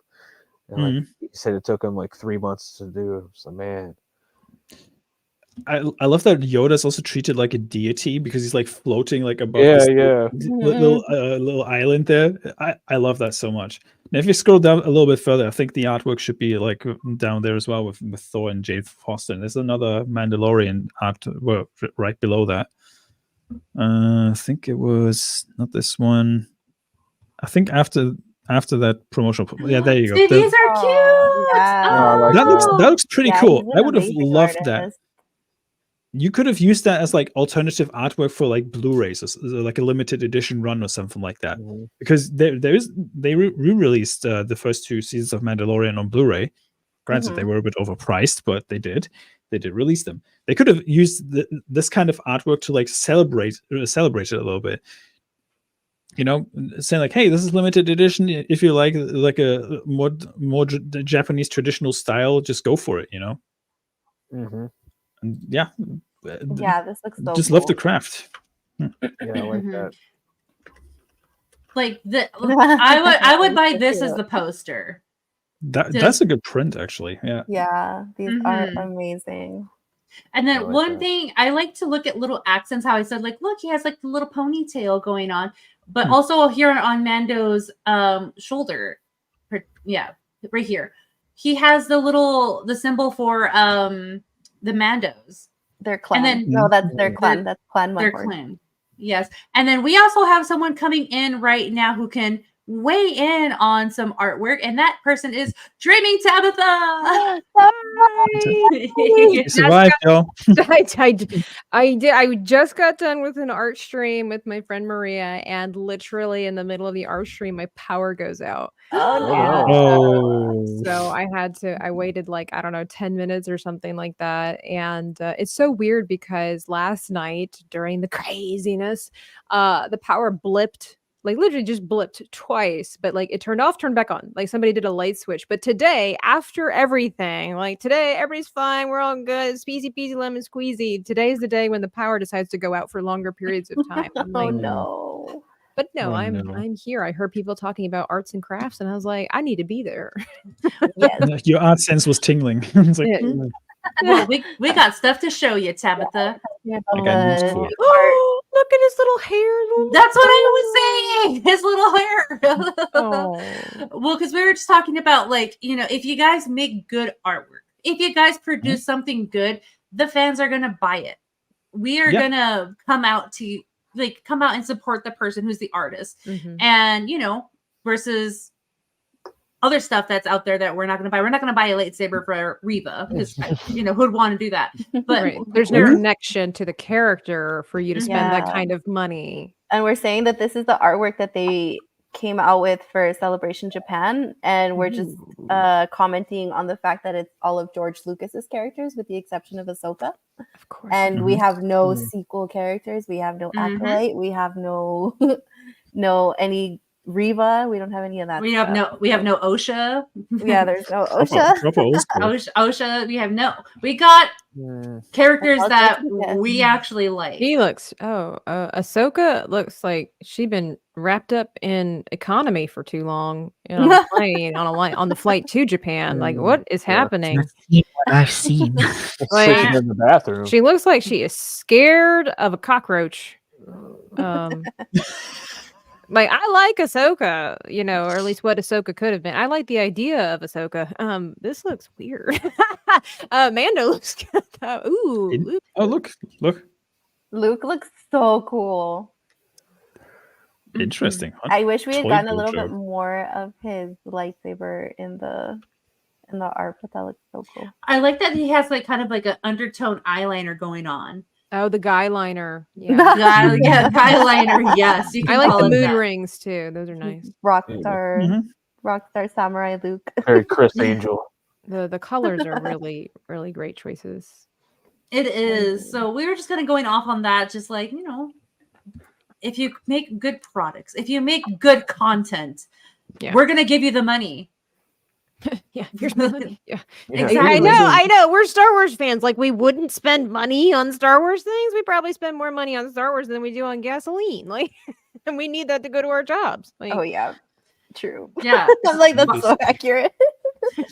It is. Buying what was it? How much was Reva's lightsaber? $300. $300 for a lightsaber for an unloved character in this economy? No, thank you. So. What? And I have a lot of the sideshow collectible ones, and I mean those are pretty pricey too. And I bought them because I need them. But yeah, you think I'm gonna buy like a Reva lightsaber? Heck no, I'm not. I'm gonna spend my money on things that they've actually shown me are worth the money. We're nerds. I just saw in the chat that this Mandalorian depiction was actually made into a figurine. I actually found the picture of it. Let me just share it real quick. Ooh, please do. Let me see if I can find it. There you go. Voila. Oh yeah. Those are cool. There you go. Even has the little thing going on here. And a predator helmet. It's a Ronin version of like the Mandalorian, but I think that looks pretty cool. That looks really cool. I wish they could do that more. I mean, we had that with The Witcher. R.I.P. rifle. I know. I wish you would get another one. $500 for the. Yeah, no, I'm sorry. I would never buy $500. Well, no wonder it's flopped. I understand that sometimes you have to. You have to, number one, take risks with creativity. I totally get that. And then I understand that you are, everybody expected, I think, Obi-Wan Kenobi to be good. I mean, I say that like loosely, like I know a lot of us had, the PTSD of Star Wars, Disney Star Wars, but a lot of people who were sick and tired of Disney Star Wars were really hopeful for Obi-Wan Kenobi because how can you not? It's Obi-Wan Kenobi. They brought back Ewan McGregor, all this kind of stuff. So obviously you're going to need to produce things before the show. That's usually how things happen, is that you have stuff ready to be marketed. You have ready stuff, you have already a certain quantity of product, and then you have to hope that people are going to love it to sell. But like, I think that they just, like we always talk about, like they just really missed the mark on knowing their audience because, like, for example, nobody had a clue that Cara Dune was going to be such a huge success. So they had to like mass produce their stuff because she was a character that came out of nowhere that nobody expected to like. So there's that. Like, but then trailblazer. Then you have this character Reva where it's almost like they were just itching for everybody to love her and create these things. And it's just like I said, I know sometimes it's a gamble. Maybe they thought Reva was going to be a cool character, but it's just, again, it's like going back, just not really understanding the crowd. Maybe as a concept, on concept, she sounded cool to the people that made the show, but they just fumbled it because they just cast someone who was not fit for the role. I mean, granted, you can only do so much with what you're giving, right? What you're given. But at the end of the day, what really hurt the show and everything around it was just all the vitriol that came around from the lead actors and the people involved in the show. Yet Ewan McGregor being carted out, kind of like in a hostage situation, saying like, "Well, you're a true Star Wars fan if you have a problem with Reva and something like that." And I'm like, why do you even actively go out of your way to say this to people? Like this goes without saying. Because that's what they told me to say. Yeah. It might not even be Moses Ingram either. Like, she might be a really good actress. It's just that's what the script called for. I was gonna say you have lots of these actors that aren't necessarily bad. Like, honestly, dare I say her name out loud, lest she be summoned, but Amandla Stenberg. I don't think she's a terrible actress. Well, number one, she hurt herself because of her crappy attitude. But if we separate that, I think she was just given a really bad script, and she, like everybody said, she had to work with what she had. I think personally that with what she had been given, she did a good job. It's just that it was a crappy part. Yep. I mean, just a good actor can make like a shitty script even passable, but like, I mean, you can only She's make. a Capaldi. I mean, you can make lemonade out of lemons, but you can't make a Long Island iced tea. But that's Mhm. also up to the director. You know what I mean? That's also Yeah. up to the director too, though, Yeah. because that's their vision. Look at how much Hayden Christensen got so much crap for the way that he portrayed Anakin Skywalker, and that was the way that George was directing him. That wasn't Hayden. Hayden, I think if you watch like the behind the scenes, he would also sometimes tell George, like, what if I say it like this? Maybe that'll and George would flat out be like, no, I want you to do it like this. I think this is perfect. So it's also I want to up make the you sound like director an as idiot. well. So it's not just the actors. I mean, sometimes they don't have any control over this because the director's vision. So even if you have a great actor, the director still has a lot of fault in this. Oh, Tell yeah. you like, Oh yeah. no, Yeah, 100%. like don't do that. I want you to do it like this, and that's what happened. I don't think I'll ever, for this particular thing, ever forgive George Lucas for that, because to this day, I'm just not team Hayden Christensen. Yeah, I saw his other movie he made. It's called Jumper. Oh Mhm. no.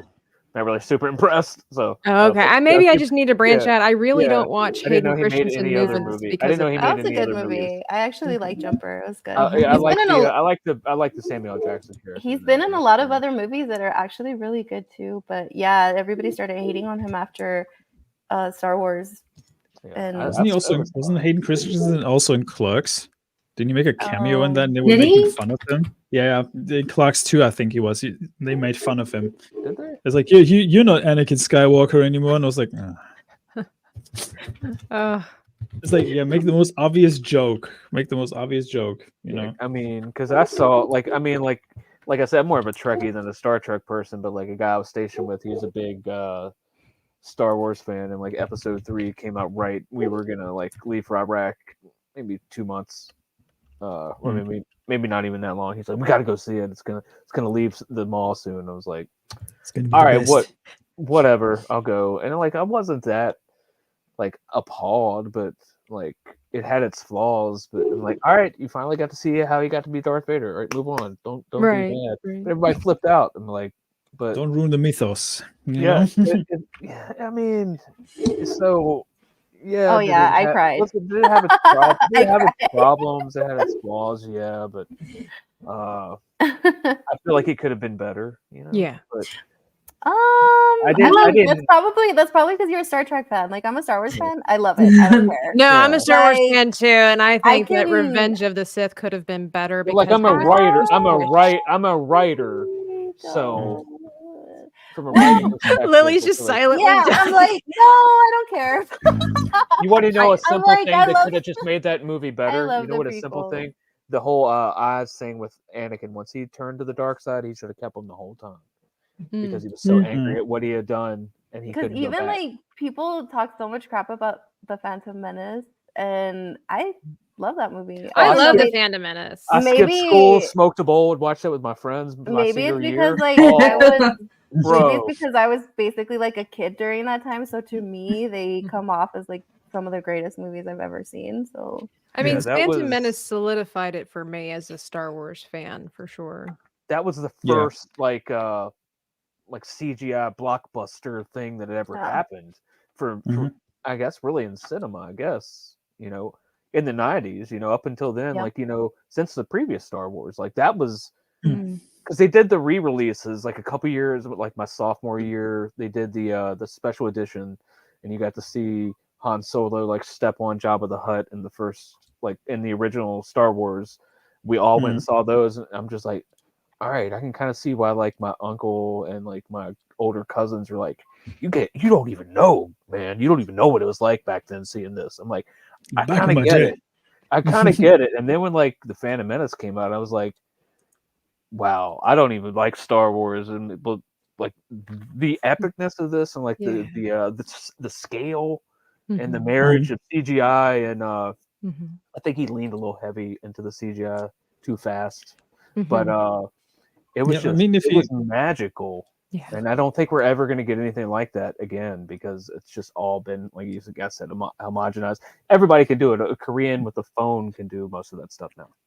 I Yeah. remember when we had a watch party in the Discord server that I'm co-hosting, and we watched the despecialized versions, minus the special effects, fairly recently. I have the And VHS. it was so mind-blowing to see like the original effects instead of like the corrected Yeah. editions that came out much later. And it was like the difference was night and day between the digitized and the practical effects. It was very, very interesting how they did that. But it's also like later on when they re-released like the older movies, when they tried to digitally push Hayden Christensen into the end credit scene of Return of the Jedi. Yeah. It looks so weird. Weird. The color palette's different. Can you just like match that with the other one? I'm sorry, Yeah. from like an artistic standpoint, don't be lazy. Yeah. Yeah, no, they should have tried to match it. It's too vibrant. It's too clear. Yep. Oh yeah. Duel This of is the the Fates, song. yes. This is the song that solidified me as a Star Wars fan. It was that moment when that song started playing, that score, excuse me, started Yeah. playing, and that scene took off. That's when I was a wee lass. That was when it was like, I'm a Star Wars fan. I want more. do you remember when this fan movie came out with Duel of the Fates between Kenobi and Anakin that was animated, and they added like Duel of the Fates to it? That looked so incredibly well made. I was like, there's no way this was fan made. I think we even watched it on the show. It's the music. I could be washing dishes and you play Duel of the Fates, Yeah, Duel and of the suddenly what I'm doing is majestic. Yeah, That's why I always put Lord of the Rings music on when I do my laundry. yeah, Yes. that song is Just saying. the I score put on is I fantastic. use James Brown. What I also loved was a little side story here. When I was waiting for my layover flight on my first trip to the US, I was in the Netherlands for my layover flight back to Germany, and they had Lord of the Rings music playing in the restroom. So I was like, man, Wow. Awesome. I feel like I never want to leave the yeah. airport bathroom. Yeah. That was an interesting experience. I was like, I recognize this music. I even took my headphones off because I was listening to something else. I was like, why am I hearing Lord of the Rings music? I was like, huh? I even had to double check that I'm not like that. My mind is not playing tricks on me because of being sleep deprived or anything like that, right? So I covered my ears and I was like, wait, no, I'm actually hearing this. And other people came in, they're like, whoa, Lord of the Rings music, whoa.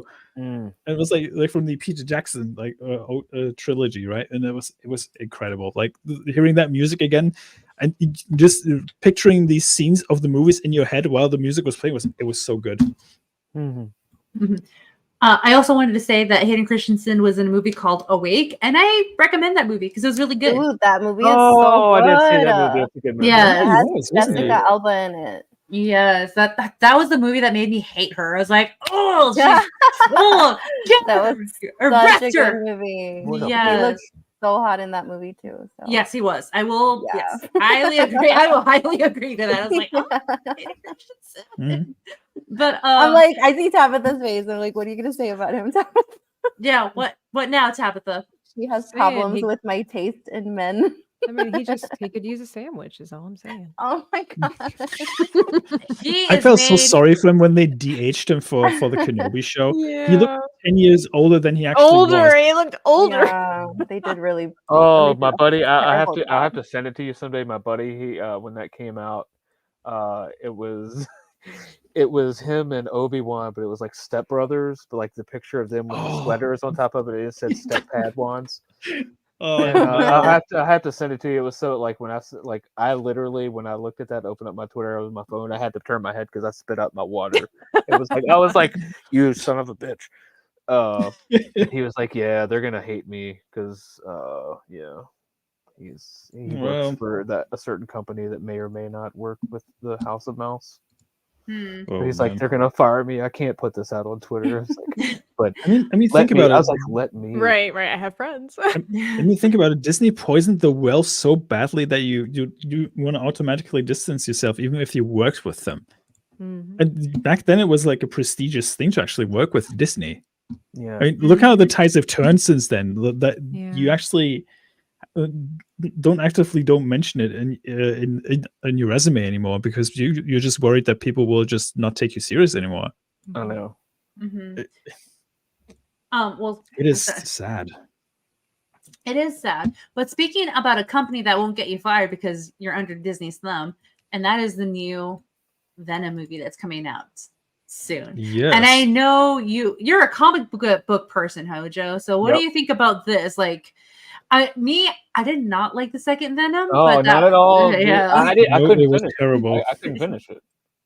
Once Woody Harrelson like killed people with his shirt in a drop top, like a ragtop car, I was like, yeah. man, this is like the Venom, like the Carnage I know from the comic books. He was a serial killer, like an insane serial killer. He's not gonna be doing that. That was the equivalent of the Sam Raimi Spider-Man 3, the little emo dance. That's what that was for me. I was like, I'm out. I'm out. This is dumb. I'm out. And so with this, like, I know the storyline they're gonna do. If they do it right, it made a lot of money, but they won't because they can't. They can't. I don't think you should have Venom without Spider-Man. Some kind of tie-in somehow. They just keep saying they're going to do it, but they tried to, I guess, incorporate it when they merge the universes. Or it's all so convoluted now; it breaks my brain. But I've seen some stills, like I guess they're going to give a symbiote to every living creature on Earth or something. I saw a frog symbiote. So like this is where we are now. Multiverses, we're just gonna do alternate versions. Like they watched the Deadpool movie, I think they're like, ooh. Until they're 90. Or no, they're like, we can do multiple versions of the same character. It's a symbiote. Yep. We can do it. We can do that. We can do whatever we want. You remember Alien 3? That was so great. No, it wasn't. Remember how people reacted great to it? No, they didn't. You remember how many toys we sold with them? No, you didn't.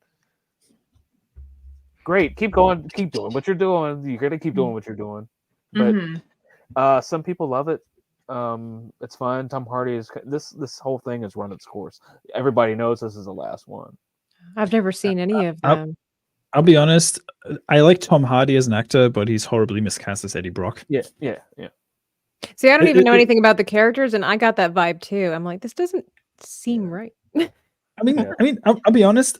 Ever since he's played Bane, yeah, I have a hard time differentiating him from other roles because it's like, listen, Batman, I'm gonna take over the city and I'm gonna destroy you. Yeah. What is that voice? What do you mean? This is a totally different character. I am a completely different character. Oh, see, do not steal, Batman. Oh my gosh, you All right, let me break it making down fun of to you. another one of my favorites. Smu, we will not speak ill of Tom Hardy. Well, Tom Hardy's good. He's handsome, I'm making great fun of actor. Tom Hardy. I'm making fun of the voice direction that the Dark Knight Rises. I'll give you a great summary of who Venom is. That comic book right there is his first appearance. He was an alien that Spider-Man found on a planet that gave him a black suit. And then he came back and found out that it was secretly the symbiote that was taking over his life and making him angry and wanting to beat the shit out of people. So he had to separate. So it found some other guy whose Spider-Man's life had ruined and thought that he got fired because he tried to fabricate a story. So their mutual hate of Spider-Man united and made Venom. And so he's got all the powers of Spider-Man, can't set off a spider sense. And so they made an entire movie and deleted Spider-Man from the equation. That's what you got. And that's why people hate it. They took Morbius, a Spider-Man villain, deleted Spider-Man from the entire thing. That's what you got. Took Madam Web, took a bunch of side characters, Sydney Sweeney, great. Removed Spider-Man. But put in the guy from Parks and Rec and made him his uncle. But that's supposed to be the member berries. And that's enough to make you buy into it. No Spider-Man. These people are stupid. I kind of agree with you because I did not like Adam Scott as Uncle Ben. In Madam, I saw Madam Web, unfortunately, and a friend. I have a really good friend who friends you got, Nomi, who is a Disney Marvel shill. So he's like, it's gonna be great. It's like this isn't even Disney Marvel. This is like Sony Marvel. This is like it's gonna be bad. And I still went with him. I was like, I like Adam Scott he does good he was great in Parks and Rec. And there's one that he's in right now as an Apple show. Yeah, I heard about that. I can't remember the name, but he's good in that one too. And he's great as like a jerky character, how he did in Step Brothers. Step Brothers, yeah. Yeah, but I didn't like him as Uncle Ben because all I saw was his character in Parks and Rec in Madam Web. He's like, okay, so yeah, how he always does that same character. Mm-hmm. So yeah, that was just my thing on that. So I understand where you're coming from on this, Hojo, with Venom. But I do know this might be the last. Oh, it's titled The Last Dance anyway. No, yeah, I think Tom Hardy already said that this was his last Venom movie. Mm-hmm. I like this picture. It reminds me of my dog. Yeah, I've seen my dog make that face. I mean, I think we watched one of the first trailers back in the day when they introduced the Venom horse and stuff. I'm curious, like, what kind of stuff they're going to introduce in this one. Rumor has it Andrew Garfield is in it. I don't believe that for one bit, because Andrew Garfield was kind of being coy about being a Spider-Man again. I don't think he will be, unless Marvel told him to zip it for once, because him and Tom Hardy are Tom Holland, sorry, are really bad at keeping their mouth shut when it comes to this kind of thing. Thing shifts. Mm-hmm. So yeah. But yeah, there's also the rumor circulating because Sam Raimi is in talks with Marvel to actually make Spider-Man 4 now. I don't want that to happen, honestly, especially after Spider-Man 3, and especially with the studio meddling that happened with that movie. But we'll just have to wait and see. But the rumor has it that Maguire and Garfield will return for that one as well. Mm-hmm. Well, I kind of want to see the little bit of the trailer, and after the trailer, like, I kind of want to talk more about a little bit of comic stuff here, but I don't know. Brace yourself, Hojo, if you feel okay with this. Sure. Yeah. Oh my Did they have to put the music in there? Like, was that necessary? Like, I was waiting for a Bud Light to show up. Like, did he say mount me? Did he say mount me? I think he did. Yeah. Mount me, Dak. Mount me. I was thrown that was Dak Prescott. Yeah. I'm so glad I'm not a Cowboys fan. I was not expecting that. Me That was either. hilarious. Oh my Like, god. this definitely looked like a Super Bowl commercial. I really was just waiting for a pack of beer or Doritos to be somewhere. Yeah. Or maybe Or a Buffalo Baja Wild Wings. Blast. Buffalo Yeah, Wild Buffalo Wings. Wild Wings. But like that. Course Light. We like I saw that the other day, and I was like, "Oh my gosh, how did they even get freaking Dak Prescott to agree to That's this?" So funny, man. That's But It's then still- it's still gonna- all the comments didn't disappoint though. They're like, instead of making commercials, Dak, maybe you should actually be practicing and win us the Super Bowl. I'm like, yeah, accurate. Oh my gosh, you're right. I see the comment. Yes, the comments are like all savage. Well, he even said in that commercial, he's like, I'm going to be late for my warm up. It's like, well, maybe you need to actually show up. You need to take us to the Super Bowl now. Yeah, stop giving me little Take heart me there attacks now. every single game, Dak, please. Yeah, I for real. My heart can't take it anymore. What are you For talking those- about? I got to deal with Aaron Rodgers. I don't want to hear it. Oh, sorry about that, Yeah. Hojo. Yikes. Yeah. I'm used to it. I'm talking Tabitha- to 3 Cowboys fans, so Yeah. yeah, so that's why I was like, oh gosh, that Prescott. So just because you're not that good in, as a football player, maybe used to acting isn't your thing. Don't do it, Dak. Just Yeah. focus on the career that you have right now. Yeah. Carry us, Dak. But before we go on to our show, Hojo, I want to know more about the comment that you created, because I looked into all the stuff and it looks like you're completely funded. I'm Mhm. really excited. Go ahead and share more about what you created in your comic series here.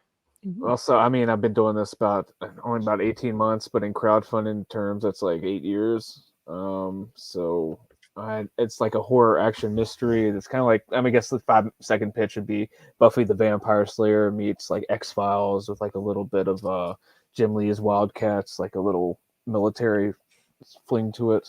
People compare it to Hellboy, but I've never really read Hellboy or anything like that. So takes like Nancy Moon, she's like a witch, and she gets recruited by like a covert task force, and it's like these monsters and like a talking cat who cannot stand these people.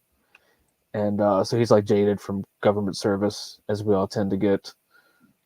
But imagine he's been doing this for like 150 years plus, so he hates his job. And so all he wants to do is sit in the library and So I had this idea back in 2004 when I was on a deployment, and got together with a guy. Just happened to see me reading a comic book my mother sent me, and he was like, "Oh, you like comics?" And so you get to talking as one tends to do. And I was like, "Yeah, I can draw, but I'm not that great." I said, "I'm more into, I can color better than I can draw. I'm just slow."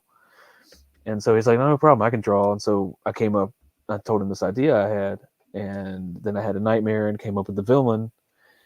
And so we were going to come back and go to CrossGen Comics, but they were out of business. And he's like, "We can go to Image. You guys know who Image is? It's like Spawn, The Walking Dead, all those. It's like the premier indie label." I was like, "I'm good." It was like 25. It's like I got stuff to do. So life happens, a wife happens, kids, and then one day I just started noticing things a lot earlier than most people did because of my former profession. Because the military is a testing ground for a lot of social experiments. Mm-hmm.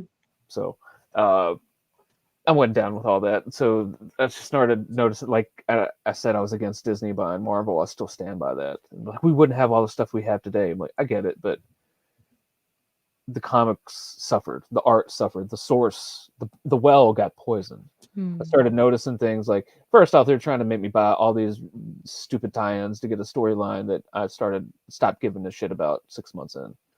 But they just bleed you for that money, and I got tired of it. So I was like, I saw crowdfunding. Somehow I was looking at New York Jets news, and somehow I got pointed to some comic book stuff. I'm like, I had just had this love-hate affair. I was away from comics, but I always kept like an eye on it. I'm like, what are you doing? The Captain Marvel thing, the whole female Thor thing, starting to push. You removed all of these characters and then replace them with subsets of a demographic check sheet or sidekicks, and you just started tinkering. It's what we were just discussing with Star Wars. You brought people in that didn't grow up on the source material and didn't like it, and didn't like the people that read these comic books.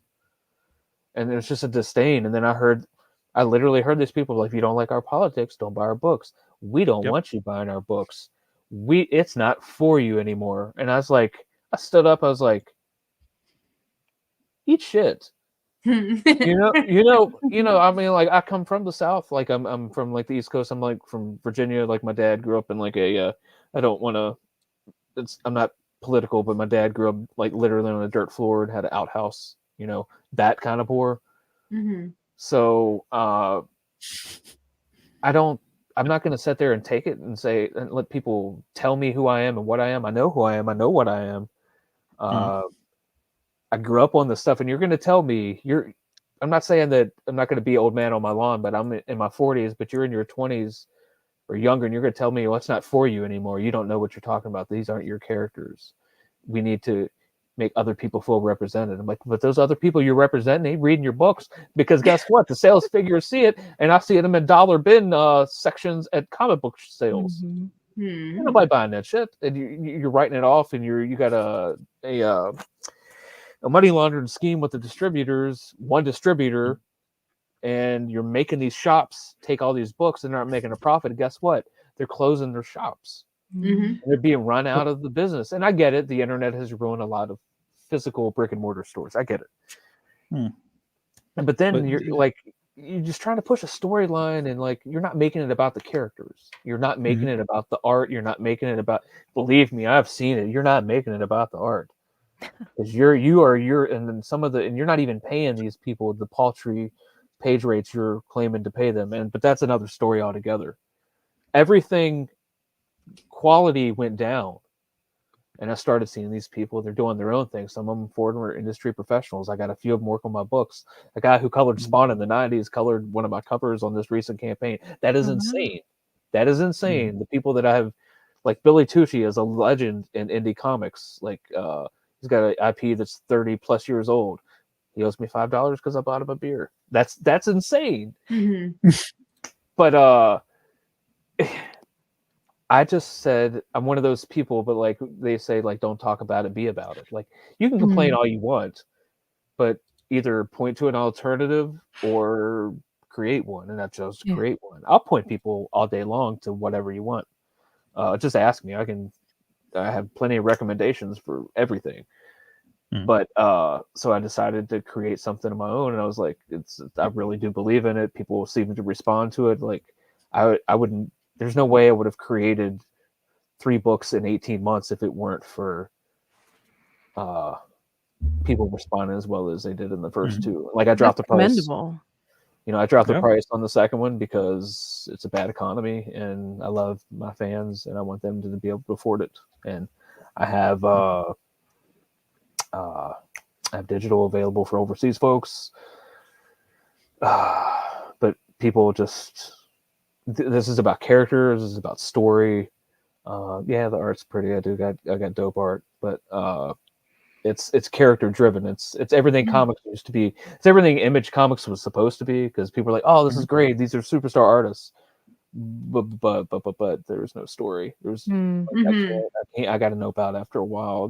They're not doing anything but just fighting. Like that works to a certain degree, but I needed some more. But so my comics journey is, once the Image thing happened, I was like 10. Went to Vertigo, which is like Sandman and like Why the Last Man, like Swamp Thing, like something. A lot of the British writers, like Grant Morrison, he did Animal Man, and so I just studied. Once I decided I wanted to do this, I went back and taught myself how to try to make comics, and got an editor. That's very important.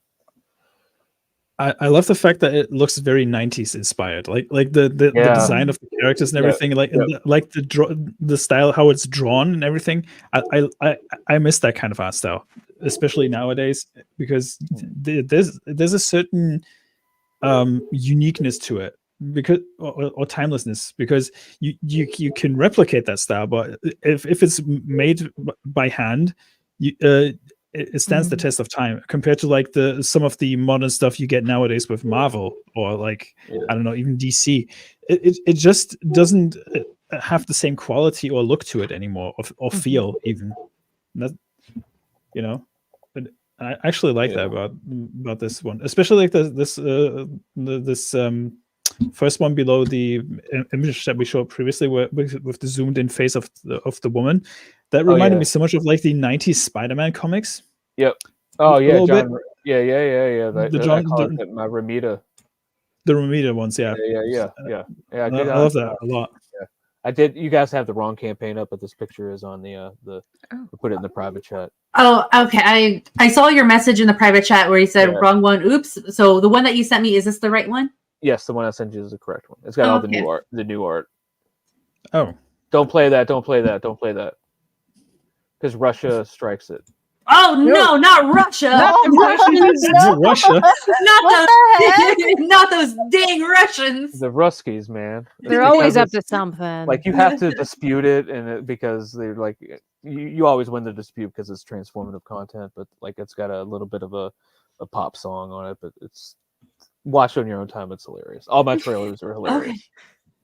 Just be careful. You might get striked or something. But it's publicly, but go win it because it's Russia. Those people, God. Nah, it's okay.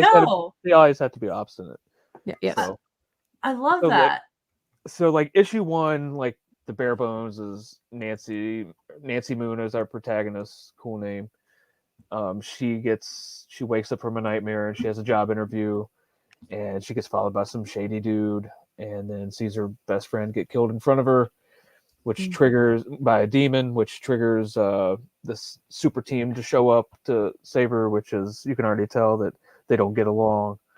So it's like a vampire, a magician, which is like a techno mage, and the human guy who thinks he's the star of this book, but he's not. So he's like every smart ass army person, squad leader I ever had. He's just like so arrogant, but he has a right to be, because he's the first human commander of this unit. And so we have issue. She ends up getting these powers. Knows she has these witchy powers. In issue 2, she goes to work. It's like Men in Black. Like she goes to work, and the monsters are actually working there. Like there's a talking cat who's like the HR rep. We have to go get the werewolf back from who used to be the field commander who retired. We have to go get him out of retirement because some shit's going down. We got to find these 8 missing artifacts that the bad guys are after, but they don't know it yet. And so, like you said on that villain page, like we're bouncing back and forth to like say Jaws in the water. They don't know what's going on, but he knows everything and he's looking for stuff. So it's a way to build suspense going back and forth. And so we get to issue 3. I love that page. It's beautiful. Yeah, that's her. Captivating. That's I snuck in my Bill Bixby Incredible Hulk panel down there. See, I laid out this panel for the artist, and so that's her using her powers for the first time. And so they show up, and stuff goes down. Issue 3. We established the world. We got everybody, and of course we got Chandra, who's like a siren who's obsessed with social media because she's like 5,000 plus years old and she doesn't really have an identity of her own. So she's kind of like Cher. Every decade it's a new fad. She is like, I support the current thing. You know what that is? That's her. Whatever's cool at the time, that's what she's into. So like there's a scene in issue 2 where she's like, oh my God, we got a new girl on the team. Do you watch Real Housewives of ... And Nancy's just like, no, I don't. So it's a good banter there with those two. And then issue 3, it's a day in the life. This is what they do every day. Like the cases, we get a dead body, boom. How did we get here? And so you'll have to read the rest to find out. But we get these 8 artifacts that can, I guess maybe it's the whole end of the world thing. And so that's what they're trying to stop. But they don't know it yet. So issue 4 and 5 is at the end of this is where everybody is aware the entire world's been built and our heroes now know the mission. Oh, I like that idea, that original concept that you created. Yeah. That actually sounds like a great story that I can lose myself into. So Like how the guys went at the same time, the same sound and everything. Yeah, they're all in dude sync. sync, Tabitha. It's the Yeah. dude sync. Yeah, like she's not great at what she does yet. She's not super powerful. She's not going to be like Ray Skywalker. Yeah, Wait, she's not a Mary Sue? She's not a Mary Sue. Oh my Yeah. god! No, I'm I didn't know what shocked. that was until about a year ago. I was like, no, that's not right. That's not how that's supposed to work. It's not the hero's journey. You don't start at the end. No, exactly. So I like that. You don't start at the end. Yeah. Now it looks like you're. Go ahead, Lily. That's like the whole point of going through all of this with all of your heroes. I'm gonna break is that her you get to down. see I'm sorry. I'm them. gonna break her down. And Yeah, she has to be well, built back up. Of course. Are you going to they ruin need her to have mythos in a minute, though? Probably. Oh, that guy. I hate that. Because you have to grow with your characters. Yeah, Otherwise, you have go to. with the it's character. done with Yeah. and you've lost the interest, Yeah. Mm-hmm. And to be, And now, go ahead, Hojo. and to be able to like intersperse this with like the whole mystery at hand and like who's texting her. It's like, like Fringe. Do you guys remember that show? Mm-hmm. There was like love Good that show. show. there was like always an episode where like what was it, The Observer? There was like the bald guy. Like he wouldn't speak. There would just be like, it was almost like the Hitchcock thing where he would walk by in a frame. He would insert himself into a movie. It's like that. So I have all these Easter eggs, all this stuff throughout the 13 issues that are planned. And so they're all plotted out. I've already written 6. So I've been doing this for a long time, so I got a head start on everybody. No, it's good that you're ahead of everybody. Yeah. You beat the curve and everything. It's almost like I'm writing everything out and getting the bugs out, and then I'm going to release it, and then people are like, "Oh, this is wrong," but oh yeah, sorry about that. Okay, so just kind of crossing. You don't know what you're out of talking your about. eyes. You just don't like it because I'm like 1/64th Native American. That's what it is. Oh, Obviously. main problem. It's just because you are a white man, basically, or something. Hey, we don't or, know that. We Or, don't. or you're making something successful, and that's why people are hating on it. Yeah. That could be it. That's Yeah. Or because I said I'm making it because I was unhappy with something. Oh yeah, because you can't see yourself in it. Like no, because I can't see the characters I recognize because I've read for 30 years. Mhm. That's what it is. Because you come in and pissed all over it. And then So- also you told me if I don't like it, don't buy it. So that's what exactly what I And did. it's also like, well, if you don't Exactly. like it, why don't you go build your own? Like when I build my own, like, oh, it's just what? It's mine, and you can't do shit about it. Now, kick rocks. What I Get love is outta that they here. always get so offended when they tell you like make your own stuff, and when you Yeah. actually do it, they get Yes, so they do. butthurt and offended by it. It's Yeah. like make it make sense. You told me to Yeah. do my own thing. Like, aren't you happy now? You're being exclusionary. Have you met the Don't kettle? make this for Have me. you met the kettle? Yeah. So stop at that. That's other than that shit works on me. Like Yeah. don't try to emotionally or in any they can't historically manipulate me because I've read it. I know. So they're not gonna bullshit me. Mhm. Yeah. Don't BS a BSer. No, just kidding. Yeah, Because you you're can't. not. You can't. No, I'm good at poker. Yeah. Yeah. Because you're in the military, right? You have to make it somehow, right? I'm 5'7" and I was an infantry unit. You have to be able There to you talk go. and do something, man. Mm-hmm. And I was an only child. I read a lot and listened to a lot of Richard Pryor and What a nerd. I know, right? And George Carlin. So I'm Mm. very observant. That's why, Mm, like, so- if you do see me on Twitter, if you see me tweet somebody, well, it's if I'm not intentionally being funny, well, it's bad for them, and it's not gonna last long because it usually ends up with these comments have been locked or this person or I've been blocked or something. So Mm. Mm-hmm. Now I have a question. And you said that you're just kind of not cutting, but like working on little things that need to finalize before you really move on.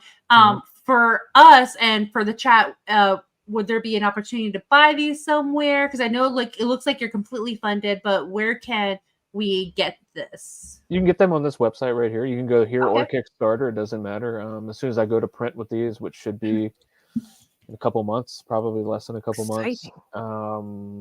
Take them about 5 weeks to get here tops, and then I'll mail them right out. I fulfill quick. Awesome.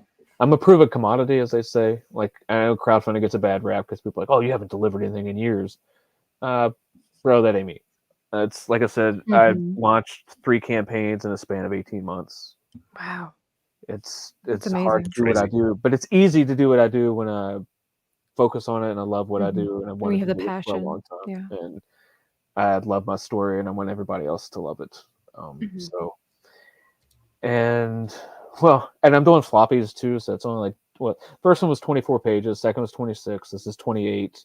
So if like you're like new, you can get all 3 for like $25. I can't do anything about shipping. I'm at the mercy of these. It's the way it is. Real question right here. Yeah. Oh no, but I do have a cat. Hold on a second. Are we gonna see that? Oh, where is he? No, I have a standee. It's on the campaign. Here it Oh. is. Oh my gosh, guys, I'm excited. Yeah. And I have quite a bit of these left, I think. So I had that. Oh, look at that expression. Oh, I yeah, love that. I can't call him. Have enough coffee. I love that. Lumpy, so he's salty cat. It's fitting that he's an orange cat too. Oh, Yep. it's based off my cat when I was a kid. Oh my It looks good. Aw. That's really, I like His the name's pattern on Sam. the I front like of his head. His name's Samuel. He's a big reader. Oh. Is that okay? So I can make sure. Is that a missing ear on him? Yeah, well, there's a story behind that too. Ooh. Not Yeah. thickened. I stole it from Splinter and the Ninja Turtles.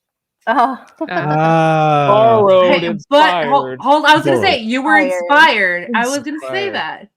that Inspired. inspired you to make Yeah. your own thing, and look what's happening, Well, and it's working for you. Character, because everybody's like, "What's up with that?" And what's up with the necklace? What's up? What's that piece of bone? I'm like, "Oh, just wait. Calm down. Calm down. Because he All has will his be own reviewed. origin story. It's called A Tale of Two Kitties. Oh. Yeah. Oh, okay. My When favorite- I like I the put it flavor. on there. Like I Yeah, told her what's- when she did it, I was like, all right, Irene, you need to put Tale of Two Cities on there. It's my favorite Dickens novel. And so I was like, ooh, as soon as I did that, I was like, I'll make his origin story A Tale of Two Kitties. I already got it set. It's great. That's a great idea. Ooh. Yeah. Well, when that direct deposit hits, I'm actually gonna look into that because I Yeah. I want that. I actually want the little kitty stand. That's so cute. Yeah. Yes. Well, we got all your links here. We are so excited. But what else should we be expecting from you, or anything coming up new for you on your end before we take off for tonight? Well, I mean, I have this. This is going, and probably in the next couple months, I'm doing a. It's like a Mad Magazine type. A guy contacted me about doing I got my first writing commission because he's read the first Ooh. couple Mythicals, and he was like, Congratulations. I know you're funny. I need you to write me like a Mad Magazine Ren and Stimpy type, like a parody Ooh. book. Like I was like, okay, well, give me some details. And he told me about it. I was like, I got you, man. Like, like I wrote, like I was laughing, and I said, because the guy who did my, he did this cover, this werewolf cover. It's like a transformation thing. Oh wow. Same guy who did that. I was like, get Dillard. He's doing, Yellow Flash. Yeah. Yeah. He's got a comic book coming out. The guy who drew that. Oh, Yeah, Really? Wow. Yeah. I Awesome. know people. I know Dillard before he was Yellow Flash's Dillard. Nice. So I was like, get him to do it because he can do the Ren and Stimpy, like the exaggerated muscles and like almost like, you guys ever heard of the Max? Like these, like Sam Keith. Google the Sam Keith, like these real exaggerated zany style. I love it. And he was like, he read the script. He was like, hell yeah, I'll do that. This is hilarious. I'm gonna add a few things, and like I showed a splash page. It's basically all these indie comic creators. I not lampooned them all. I'm sorry, not sorry, but we all need to laugh and hold up the sometimes hold up the mirror to society is the best way to heal everybody. Mm-hmm. You can see how ridiculous all this infighting is, and sometimes. Yeah. Well, laughter is the greatest medicine you can have, and if you're not laughing, you're not enjoying life. But yes. So but you're doing a good job. Dude, Hojo, thank you so much for hanging out with us tonight. We really appreciate it. You're more than welcome to come back on Dames and Dorks. It was such a great time just chatting with you. Next time we would love to talk to you more about Star Trek. I would have loved to, but man. Yeah, that's a whole other rabbit hole. That's what I said. I was like, I know you're gonna be like, all right, now that we have the time, gather around, kids, because I got some rabbit holes we're gonna go down to. Yeah. But yes, no, you're like I said, you're more than welcome here at Dames and Dorks, and I'm happy for your campaign that's being successful here. I can't wait to see more. So you already said. So where can we find you on the socials? So I'm on Twitter. I guess you can put Hojo ! Can't be two of us. I don't really hang out in Discords that much. I've been invited to Precious Few, but mainly Twitter. That's about it. Like I'll be hanging on the YouTubes from time to time. Okay. Always got a campaign going, or somebody wants to talk something. No, okay. Well, we'll be on the lookout. We'll definitely drop your links, where we can find you here in the chat. But before we end, Dr. Lily, Also do you have any? Oh, okay. There it is, right here. Dr. Lily, do you have anything coming up for you? Just check up on X for anything that's happening. Of course, make sure you guys are tuning in every Thursday for the show here.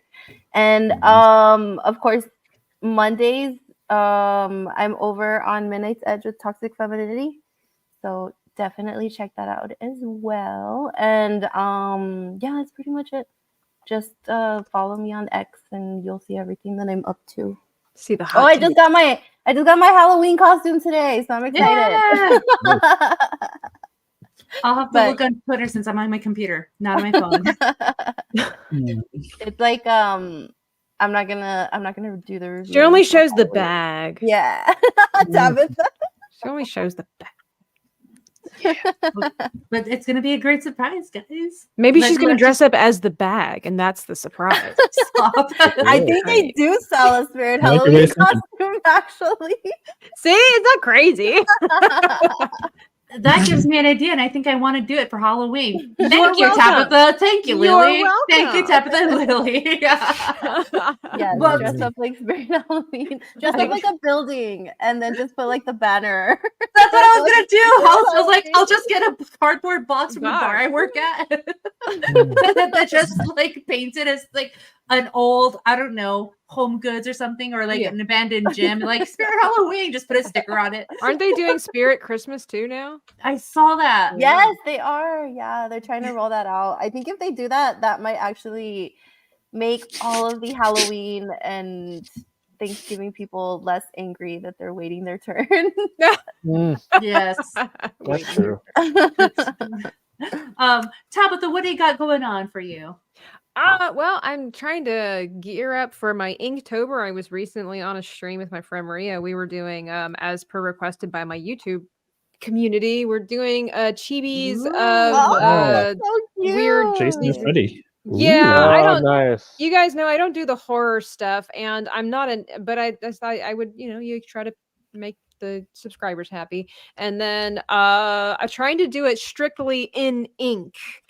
Because I'm like a Ooh. marker, coloring pencil, painter kind of gal. So Right? Yeah. to do it in ink is Daunting. A challenge. it's a challenge, but it's fascinating. I'm happy with it, but I know it could be better because I just don't have a lot of knowledge in the different kinds of styles for that. So it's been a lot of fun, and then just working on some challenges for my channel. I've got some stuff already being planned for 2025. I've already been talking to the artists. So if you're not subscribed to Dreaming Tabitha, you will miss out in 2025. So that is so cute. I love those. Are those the only two like horror ones you're gonna do, or you're gonna do like Michael Myers and I was gonna say you gotta do Michael Myers and Pinhead.